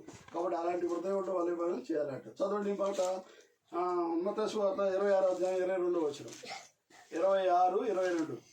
అందుకు వారు బహు దుఃఖపడి ప్రతి వాడును ప్రభువా నేనా అని ఆయన అడగగా, ఆయన నాతో కూడా పాత్రలో చెయ్యి ముంచువాడెవడో వాడే నన్ను అప్పగించువాడు. చాలండి. కాబట్టి దీని విషయం దేవుడు మనకి విడిచి పంచిపెట్టినందుకు చూస్తాం. ప్రార్థన. ప్రేమ కలిగిన మా పనులు తండ్రి, దేవా, ఇంతవరకు మీరు చెప్పిన మాటలు కొరకని కొద్దాం మా వృద్ధులు భద్రపరచుకొని యోగ్య రీతిలో నీ బలలో నీ రక్తంలో చేయటకు కృపాన్ని గురించి నీ నామను మాయపరచుకోండి. మరోసారి నన్ను నీ సిద్ధు చట్టం మరుగుపరచండి. నానే శబ్దం లేకుండా తండ్రి మీ యొక్క యోగ్యతమైన మాటలు మాకు తినిపించి దాని ద్వారా మేము ఈ బలలో పాల్గొన్న మమ్మల్ని మేము పరిచయించుకొని దానిలో పాల్పొంటకు కృపాన్ని గురించి నీ చేతులకు అప్పగించుకోవచ్చు. ఏసునామను ప్రార్థించి అడిగి వేడుకుంటున్నాం తండ్రి. మరోసారి చదవన్నమాట. మత్తయి సువార్త 26వ అధ్యాయం 22వ వచనం. అందుకు వారు బహు దుఃఖపడి ప్రతి వాడును ప్రభువా నేనా అని ఆయనను అడగగా, ఆయన నాతో కూడా పాత్రలో చెయ్యి ముంచిన వాడెవడో వాడే నన్ను అప్పగించువాడు. కాబట్టి ఇక్కడ యేసు ప్రభుల వారు మాట్లాడిన మాట ఏంటంటే, నన్ను మీరు మరి భగవానికి అప్పచెప్పడానికి మీరు సిద్ధంగా ఉన్నారు అని మీ శిష్యులతో ఆయన చెప్పిన మాటలు వాళ్ళు విన్నారు. విన్నప్పుడు వాళ్ళకి భయం అయిందంట. భయం వాళ్ళు ఏమన్నా నేను ఒకళ్ళు పరీక్షించుకోవడానికి మరి దేవుడు అవకాశం ఇచ్చాడు. అక్కడ పరీక్షించుకోవడానికి అవకాశం ఇచ్చిన ఆ పరీక్షలో కొంతమంది నేను అనే యొక్క ఉద్దేశంతో దేవుడిని అడిగితే దేవుడు ఎవరైతే బలలో చేస్తున్నారో వాళ్ళే అనే సంగతి మనకి తెలుసు. ఇస్కరియోతు యూదా మరి ఆయన కూడా చేస్తున్నాడు, ఆయన కూడా బల తీసుకున్నారు కదా, ఆయన కూడా నన్ను అబ్జర్వ్, కానీ ఆయన పేరు చెప్పలేదు. కాబట్టి వాళ్ళని అడిగేటప్పుడు వాళ్ళు పరీక్షించుకోవడానికి వాళ్ళకి ఛాయిస్ ఇచ్చాడు, నేనా. కాబట్టి అలాంటి హృదయం మనలో ఉంటే, అలాంటి బుద్ధి మనలో ఉంటే, అలాంటి జ్ఞానోపదేశం మనలో లేకపోతే ప్రభుని మనం అడిగే వారం ఉండి మనం తగ్గించుకొని మనం పరీక్షించుకొని నేను కాదని ఒక నిర్ధారణకు వచ్చినప్పుడు అనే మాట ఎవరైతే ఆ మాట చెప్పినారో వాళ్ళకి అది తెలిసి ఉన్నది కాబట్టి వాళ్ళ చెయ్యి వేయలేదు అనే సంగతి మనం కూడా చూడవచ్చు. అందుకోసం మనం కూడా ఎలాంటి మన హృదయాన్ని కలుపుకొని మనం మంచి బుద్ధి గలవారమండి, మంచి యోగ్యత గలవారమండి, మనం పాల్గొని ఇంతవరకు నేను ఆ మాట సువార్త చెప్పలేదు, నీ యొక్క సాక్షిగా జీవించలేదు, నీ వాక్యం చదవలేదు, నేను నీ ఇంట్లో పని చేయలేదనే ఒక ఉద్దేశం కలిగిన వారు మనం ఈ రోజు ఒక తీర్మానం చేసుకున్నాం. దేవుని అడుగుదాం, అయ్యా నాకు అలాంటి మంచి బుద్ధి ఇవ్వు, అలాంటి స్వస్థత బుద్ధి ఇవ్వు, అలాంటి సిద్ధపడే బుద్ధి ఇవ్వు, అలాంటి యోగ్యత గల స్థిరమైన బుద్ధి ఇవ్వు, ఎలాంటి అని అడిగి మన దేవుని ఇంట్లో పని చేయడానికి మనం ముందుకు వచ్చినట్టయితే అది ఈజీగా త్వరలోనే అయిపోద్ది. అలాంటి బుద్ధి, అలాంటి జ్ఞానం, అలాంటి యోగ్యత, అలాంటి ఓర్పు, అలాంటి పరిస్థితి లేని వాళ్ళు వచ్చినా కానీ అది వ్యర్థమని లాంగ్ అయిపోద్ది. కాబట్టి ఆ విషయంలో మనం ఈరోజు ఒక తీర్మానాన్ని చేసుకొని అయ్యా మా మందిరం నీది మరి ధ్యానించటకు మాకు అవసరం కాబట్టి ప్రభు దీంట్లో మరి నా బుద్ధి నాకు నీ ఇంట్లో పనిచేసే బుద్ధి నాకు అనుగ్రహించు, లేకపోతే నీకు ఇచ్చే బుద్ధి నాకు అనుగ్రహించు, లేకపోతే నేను ప్రేమించే బుద్ధి నాకు అనుగ్రహించు. ఎలాంటి మాటలను మనం అడిగినట్టయితే దేవుడు మనకి ఇస్తాడు. అప్పుడు మన దేవుని కొరకు ఎంతైనా చేయగలం. అందుకోసం దేవుని పనిలో మానవుని యొక్క పాత్ర ఏంటి, మానవుని యొక్క పని ఏంటి అనేది మనం చూసాము 3 మాటలు. అందుకోసం మనం వలేయాలి, లేకపోతే రాయిని తీయాలి, లేకపోతే నీళ్ళు నింపాలి, అది మన పని. కానీ అది మనం చేయకపోతే దేవుడు ఏం కూడా చేయలేడు, అది మనం గుర్తెరగండి. కాబట్టి ఆ పని మనం చేసేవారుగా ఉండాలని ప్రభుపేట మనం చేద్దాం. అందుకోసం ఈ మాట అంటాడు, మనం ఈ బడిలో పాల్పొందేవారు మనమనే మరి పరీక్షించుకోవాలి. చూడండి 1 కొరింథీయుల రాసిన పత్రిక 11వ అధ్యాయం 24వ వచనం, అది చదివిన తర్వాత 28వ వచనం త్వరగా. దాన్ని విడిచి మీ కొరకైన నా శరీరము జ్ఞాపకం చేసుకున్నట్టుకై దీన్ని చేయడని చెప్పాను. కాబట్టి ఆయన జ్ఞాపకం చేసుకోవడం మన ఇవ్వాలి. ప్రతి ఆదివారం ఆయన జ్ఞాపకం చేసుకోండి, ఆయన మన కొరకు ఏం చేశాడు, ఎలా మరి ఎరవబడ్డాడు, ఎలా కొట్టబడ్డాడు, ఎలా గుర్తుపడ్డాడు, ఎలా మరి ఆయన శ్రమలో మనకి లేకుండా చేశాడు, ఇలాంటివన్నీ మన జ్ఞాపకం చేసుకొని మనం చేయాలి. అందుకోసం అప్పుడు 28వ వచనం, కాబట్టి ప్రతి మనుషుడు తను తాను పరీక్షించుకునవలెను, అలాగూ చేసి ఆ రొట్టెను తిని ఆ పాత్రలోని త్రాగవలెను. దేవుడు మనకు ఒక ఛాయిస్ ఇచ్చినాడు, మిమ్మల్ని మీరే పరీక్షించుకోండి. మీ యోగ్యత ఏంటి, నా గురించి మీరు ఎలా ఉపయోగపడుతున్నారు, నా ఇంటి కొరకు మీరు చేసే త్యాగం ఎలాంటిది, లేకపోతే నా సువార్త ప్రకటించే త్యాగం ఎలాంటిది, ఇలాంటివన్నీ మీరే పరీక్షించుకొని ఒకవేళ ఆ విధంగా లేరనుకో, ప్రభు నేను ఈ రోజు నుంచి ఒక తీర్మానం చేసుకుంటాను, నీ పని చేయడానికి, నీ స్వార్థ ప్రకటించడానికి, నిన్ను గురించి ప్రార్థించడానికి, నీ వాక్యం ధ్యానించడానికి, ఇతరులను మరి నీ సన్నిధి తేవడానికి నేను ఒక తీర్మానం చేసుకున్నాను. మీ కుటుంబం నేను చెప్పలేను కానీ ప్రార్థన చేస్తాను. ఒక తీర్మానం చేసుకొని మన యోగ్య రీతిలో ప్రభుని క్షమాపణకి యోగ్య రీతిలో వారు పాల్పొందటకు సిద్ధపడాలంట. 2వ కొరింథీయుల రాసిన పత్రిక 3వ అధ్యాయం 5వ వచనం, 2వ కొరింథీయులు 13:5, 2వ కొరింథీయుల రాసిన పత్రిక 13వ అధ్యాయం 5వ వచనం. మీరు విశ్వాసం గలవారై ఉన్నారో లేదో మిమ్మల్ని మీరే శోధించుకొని చూసుకోండి. జాగ్రత్త, మీరు విశ్వాసం ఉన్నదా లేదా, మీరు దేవుని బిడ్డలా కారా, నేను అనిలా లేకపోతే లోకంతో ఏకపరుచుకుంటున్నారా, లోకంతో ఐక్యపరుచుకుంటున్నారా, మిమ్మల్ని మీరే పరీక్ష. మరోసారి చదువున్న మాట, మీరు విశ్వాసం గలవారై ఉన్నారో లేదో. ఏంటి విశ్వాసం? విశ్వాసం అంటే ప్రభు అయిన యేసు క్రీస్తుడు సమస్యను చేయగలడు, ఆయన నా దేవుడు, నా సమస్యను ఫ్రీ ఇచ్చాడు, సమస్యను కూడా శక్తి ఉందో, నాకు మంచి ఆరోగ్యం ఇచ్చాడు, మంచి కుటుంబం ఇచ్చాడు, మంచి ధనం ఇచ్చాడు, మంచి యోగ్యత ఇచ్చాడు, మంచి జ్ఞానం ఇచ్చాడు, అలాంటి దేవుడు. అది మరోసారి చదవండి, మీరు విశ్వాసం గలవారై ఉన్నారో లేదో మిమ్మల్ని మీరే శోధించుకొని చూసుకోనుడి, మిమ్మల్ని మీరే పరీక్షించుకోనుడి. మనం పరీక్షించుకొని దేంట్లో యోగ్యత పాల్గొంటే మనం సిద్ధపడాలి. మనం పరీక్షించుకోవాలి, దేవుని కొరకు మనం ఎంతవరకు సువార్త చేసాం, దేవుని మాట ఎంతవరకు ఇతరులకు చెప్పాం, ఇతరులకు తీసుకొచ్చాం, లేకపోతే దేవుని ఇంట్లో ఎంత పని చేసాం, దేవునికి ఎంత ఇచ్చాం, దేవుని ఎంత ఐక్యపరుచుకొని తిరుగుతున్నాడు, దేవుని గురించిన ప్రార్థన, ఇవన్నీ కూడా మనం పరీక్షించుకోవాలంట. అంటే దేవుడు చెప్పిన మాటలు పరీక్షించుకొని మన యోగ్యతతో దీంట్లో పాల్పొందాలంట. గలతీయులకు రాసిన పత్రిక 6వ అధ్యాయం 4వ వచనం. గలతీయులకు రాసిన పత్రిక 6వ అధ్యాయం 4వ వచనం. ప్రతివాడును తాను చేయు పనిని పరీక్షించి చూసుకొనవలెను. మనం ఎలాంటి పని చేస్తున్నాం మనమే జాగ్రత్తగా, నేను ప్రభు కొరకు ఏం చేస్తున్నాను, ఏం చేయలేను, ఏం చేయగలను, అంత యోగ్యత నాలో ఉన్నదా లేదు, ఇవన్నీ కూడా మనమే పరీక్షించుకోవాలంట. దేవుని కొరకైన పనిలో నా వంతు ఏంటి, నా శక్తి ఏంటి, నా జ్ఞానం ఏంటి, నా యోచన ఏంటి, దేవుని పనిలో, దేవుని ఇంటి పనిలో అనే మాట మనం గుర్తుంచుకుంటే, అది కనుక నువ్వు చేయలేకపోతే ఇప్పుడే క్షమాపణ అడగండి. నేను చేయలేకపోయినా, ఆ జ్ఞానం ఉపయోగించుకున్నా, ఆ తెలివిని ఉపయోగించిన, ఆ శక్తిని నేను వేయలేకపోయినా, ఇక మీద నుంచి నీ ఇంట్లో పని చేయడం నేను అలాంటి ఉద్దేశం కలిగిన వారు కలిగిన దానికి వస్తానని చెప్పి మనం పరీక్షించుకొని యోగులు దీంట్లో పాల్పొనడానికి యోగులుగా ఉండాలని ప్రభుపేట మనం చేస్తున్నాం. యోహాను సువార్త 6వ అధ్యాయం 56వ వచనం. యోహాను సువార్త 6వ అధ్యాయం 56వ వచనం. నా శరీరము తిని నా రక్తము త్రాగువాడు నా యందును నేను వాని యందును నిలిచెదను. కాబట్టి మనం పరీక్షించుకొని ఈ కార్యాలన్నింటిలో కూడా మనం ఉన్నవా లేవో అని మనం చూసుకోవాలి. వచ్చినవా లేదా, చేసినవా లేదా, ఇచ్చినవా లేదా, ప్రభు అడుగుదా నడుతున్నా లేదా, ప్రభుకి లోబడే బుద్ధి నాలో ఉన్నదా లేదా, ఇవన్నీ కూడా పరీక్షించుకొని మనం పాల్పొందడానికి అట్లాంటి లోబడకపోతే ఇదన్నా ఒప్పుకో, అయ్యా నాకు తెలియక నేను లోబడలేదు, ఈ రోజు నుంచి నేను లోబడటానికి, ఈ పని చేయడానికి, ఈ వాక్యం సువార్తగా ప్రకటించడానికి, లేకపోతే సువార్త చేయడం నా చేత కాకపోతే ప్రార్థించడానికి నా రూమ్లో, అందుకోసమే మధ్యలో వాక్యం గదిలో ప్రార్థన ఇందులో మరి సాక్ష్యం ఉండాలని మనం ఏదైతే అనుకుంటున్నామో అది కలిగి ఉన్నామా లేవని మనం పరీక్షించుకొని యోగ్యతతో దేంట్లో పాల్పొందడానికి మన కృప అనుకరించుకుని దేవుని మనం అడగవచ్చు. 58 వచ్చిన 58. ఇదే పరలోకం నుండి దిగి వచ్చిన ఆహారము, పితరులు మన్నాను తిని చనిపోయినట్టు కాదు, ఈ ఆహారం తినువాడు ఎల్లప్పుడూ జీవించునని నిశ్చయముగా మీతో చెప్పుచున్నాను. కాబట్టి దేవుడు చెప్పిన మాట ఏంటి, మనం ఎల్లప్పుడూ జీవించాలి. ఎప్పుడు ఈ మట్టి శరీరం పోయినప్పుడు కూడా దేవుని దగ్గర పరలోకంలో మనం ఉంటాం. ఈ యొక్క ఆహారాన్ని తిన్నవాడు, పెద్దలైతే ఏవేవో తిన్నారు, పక్షులు తింటారు, ఇంకేతో తింటారు, అన్ని తిని వాళ్ళు ఏమైపోయారు, చనిపోయారు. కానీ ఇది అలాంటి ఆహారం కాదని చెప్పి దేవుడు మనకి పదే సెలవు ఇచ్చి ఉంటున్నాడు. ఈ ఆహారం భుజించి మనం మరి దేవుని కొరకైనా మండేవారు, దేవుని కొరకైనా మరి మంచి బుద్ధి కలవారు, దేవుడి మీద సన్నిధికి, దేవుని ఇంట్లో పనిచేయడానికి ఇలాంటి బుద్ధికి సిద్ధపడే ఉదయం మనలో ఉన్నట్టయితే ప్రభుని మన యోగ్య రీతిలో దీంట్లో పాల్పొంది ప్రభుని మనం వెంబడించే వారికి ఉండాలని ప్రభుపేట మనం చేస్తున్నాం. ఇప్పుడు మనం ఈ బడిలో పాల్పొందాం. తర్వాత అన్నగారి సాక్ష్యం మనం విందాం. అందరూ మోకరించండి. కొద్ది మాటలు హెచ్చరిక మాటలు తీసుకున్నాం, వాటిని మనం చూసి సరి చేసుకుని యోగ్యతలో పాల్పొందడానికి ప్రభుత్వానికి యోగ్యతలో పాల్పొందాలని ప్రభుపేట మనం చేస్తున్నాం. మిమ్మల్ని 2 గంటల కూర్చోబెట్టడం నాకు ఇష్టం లేదు.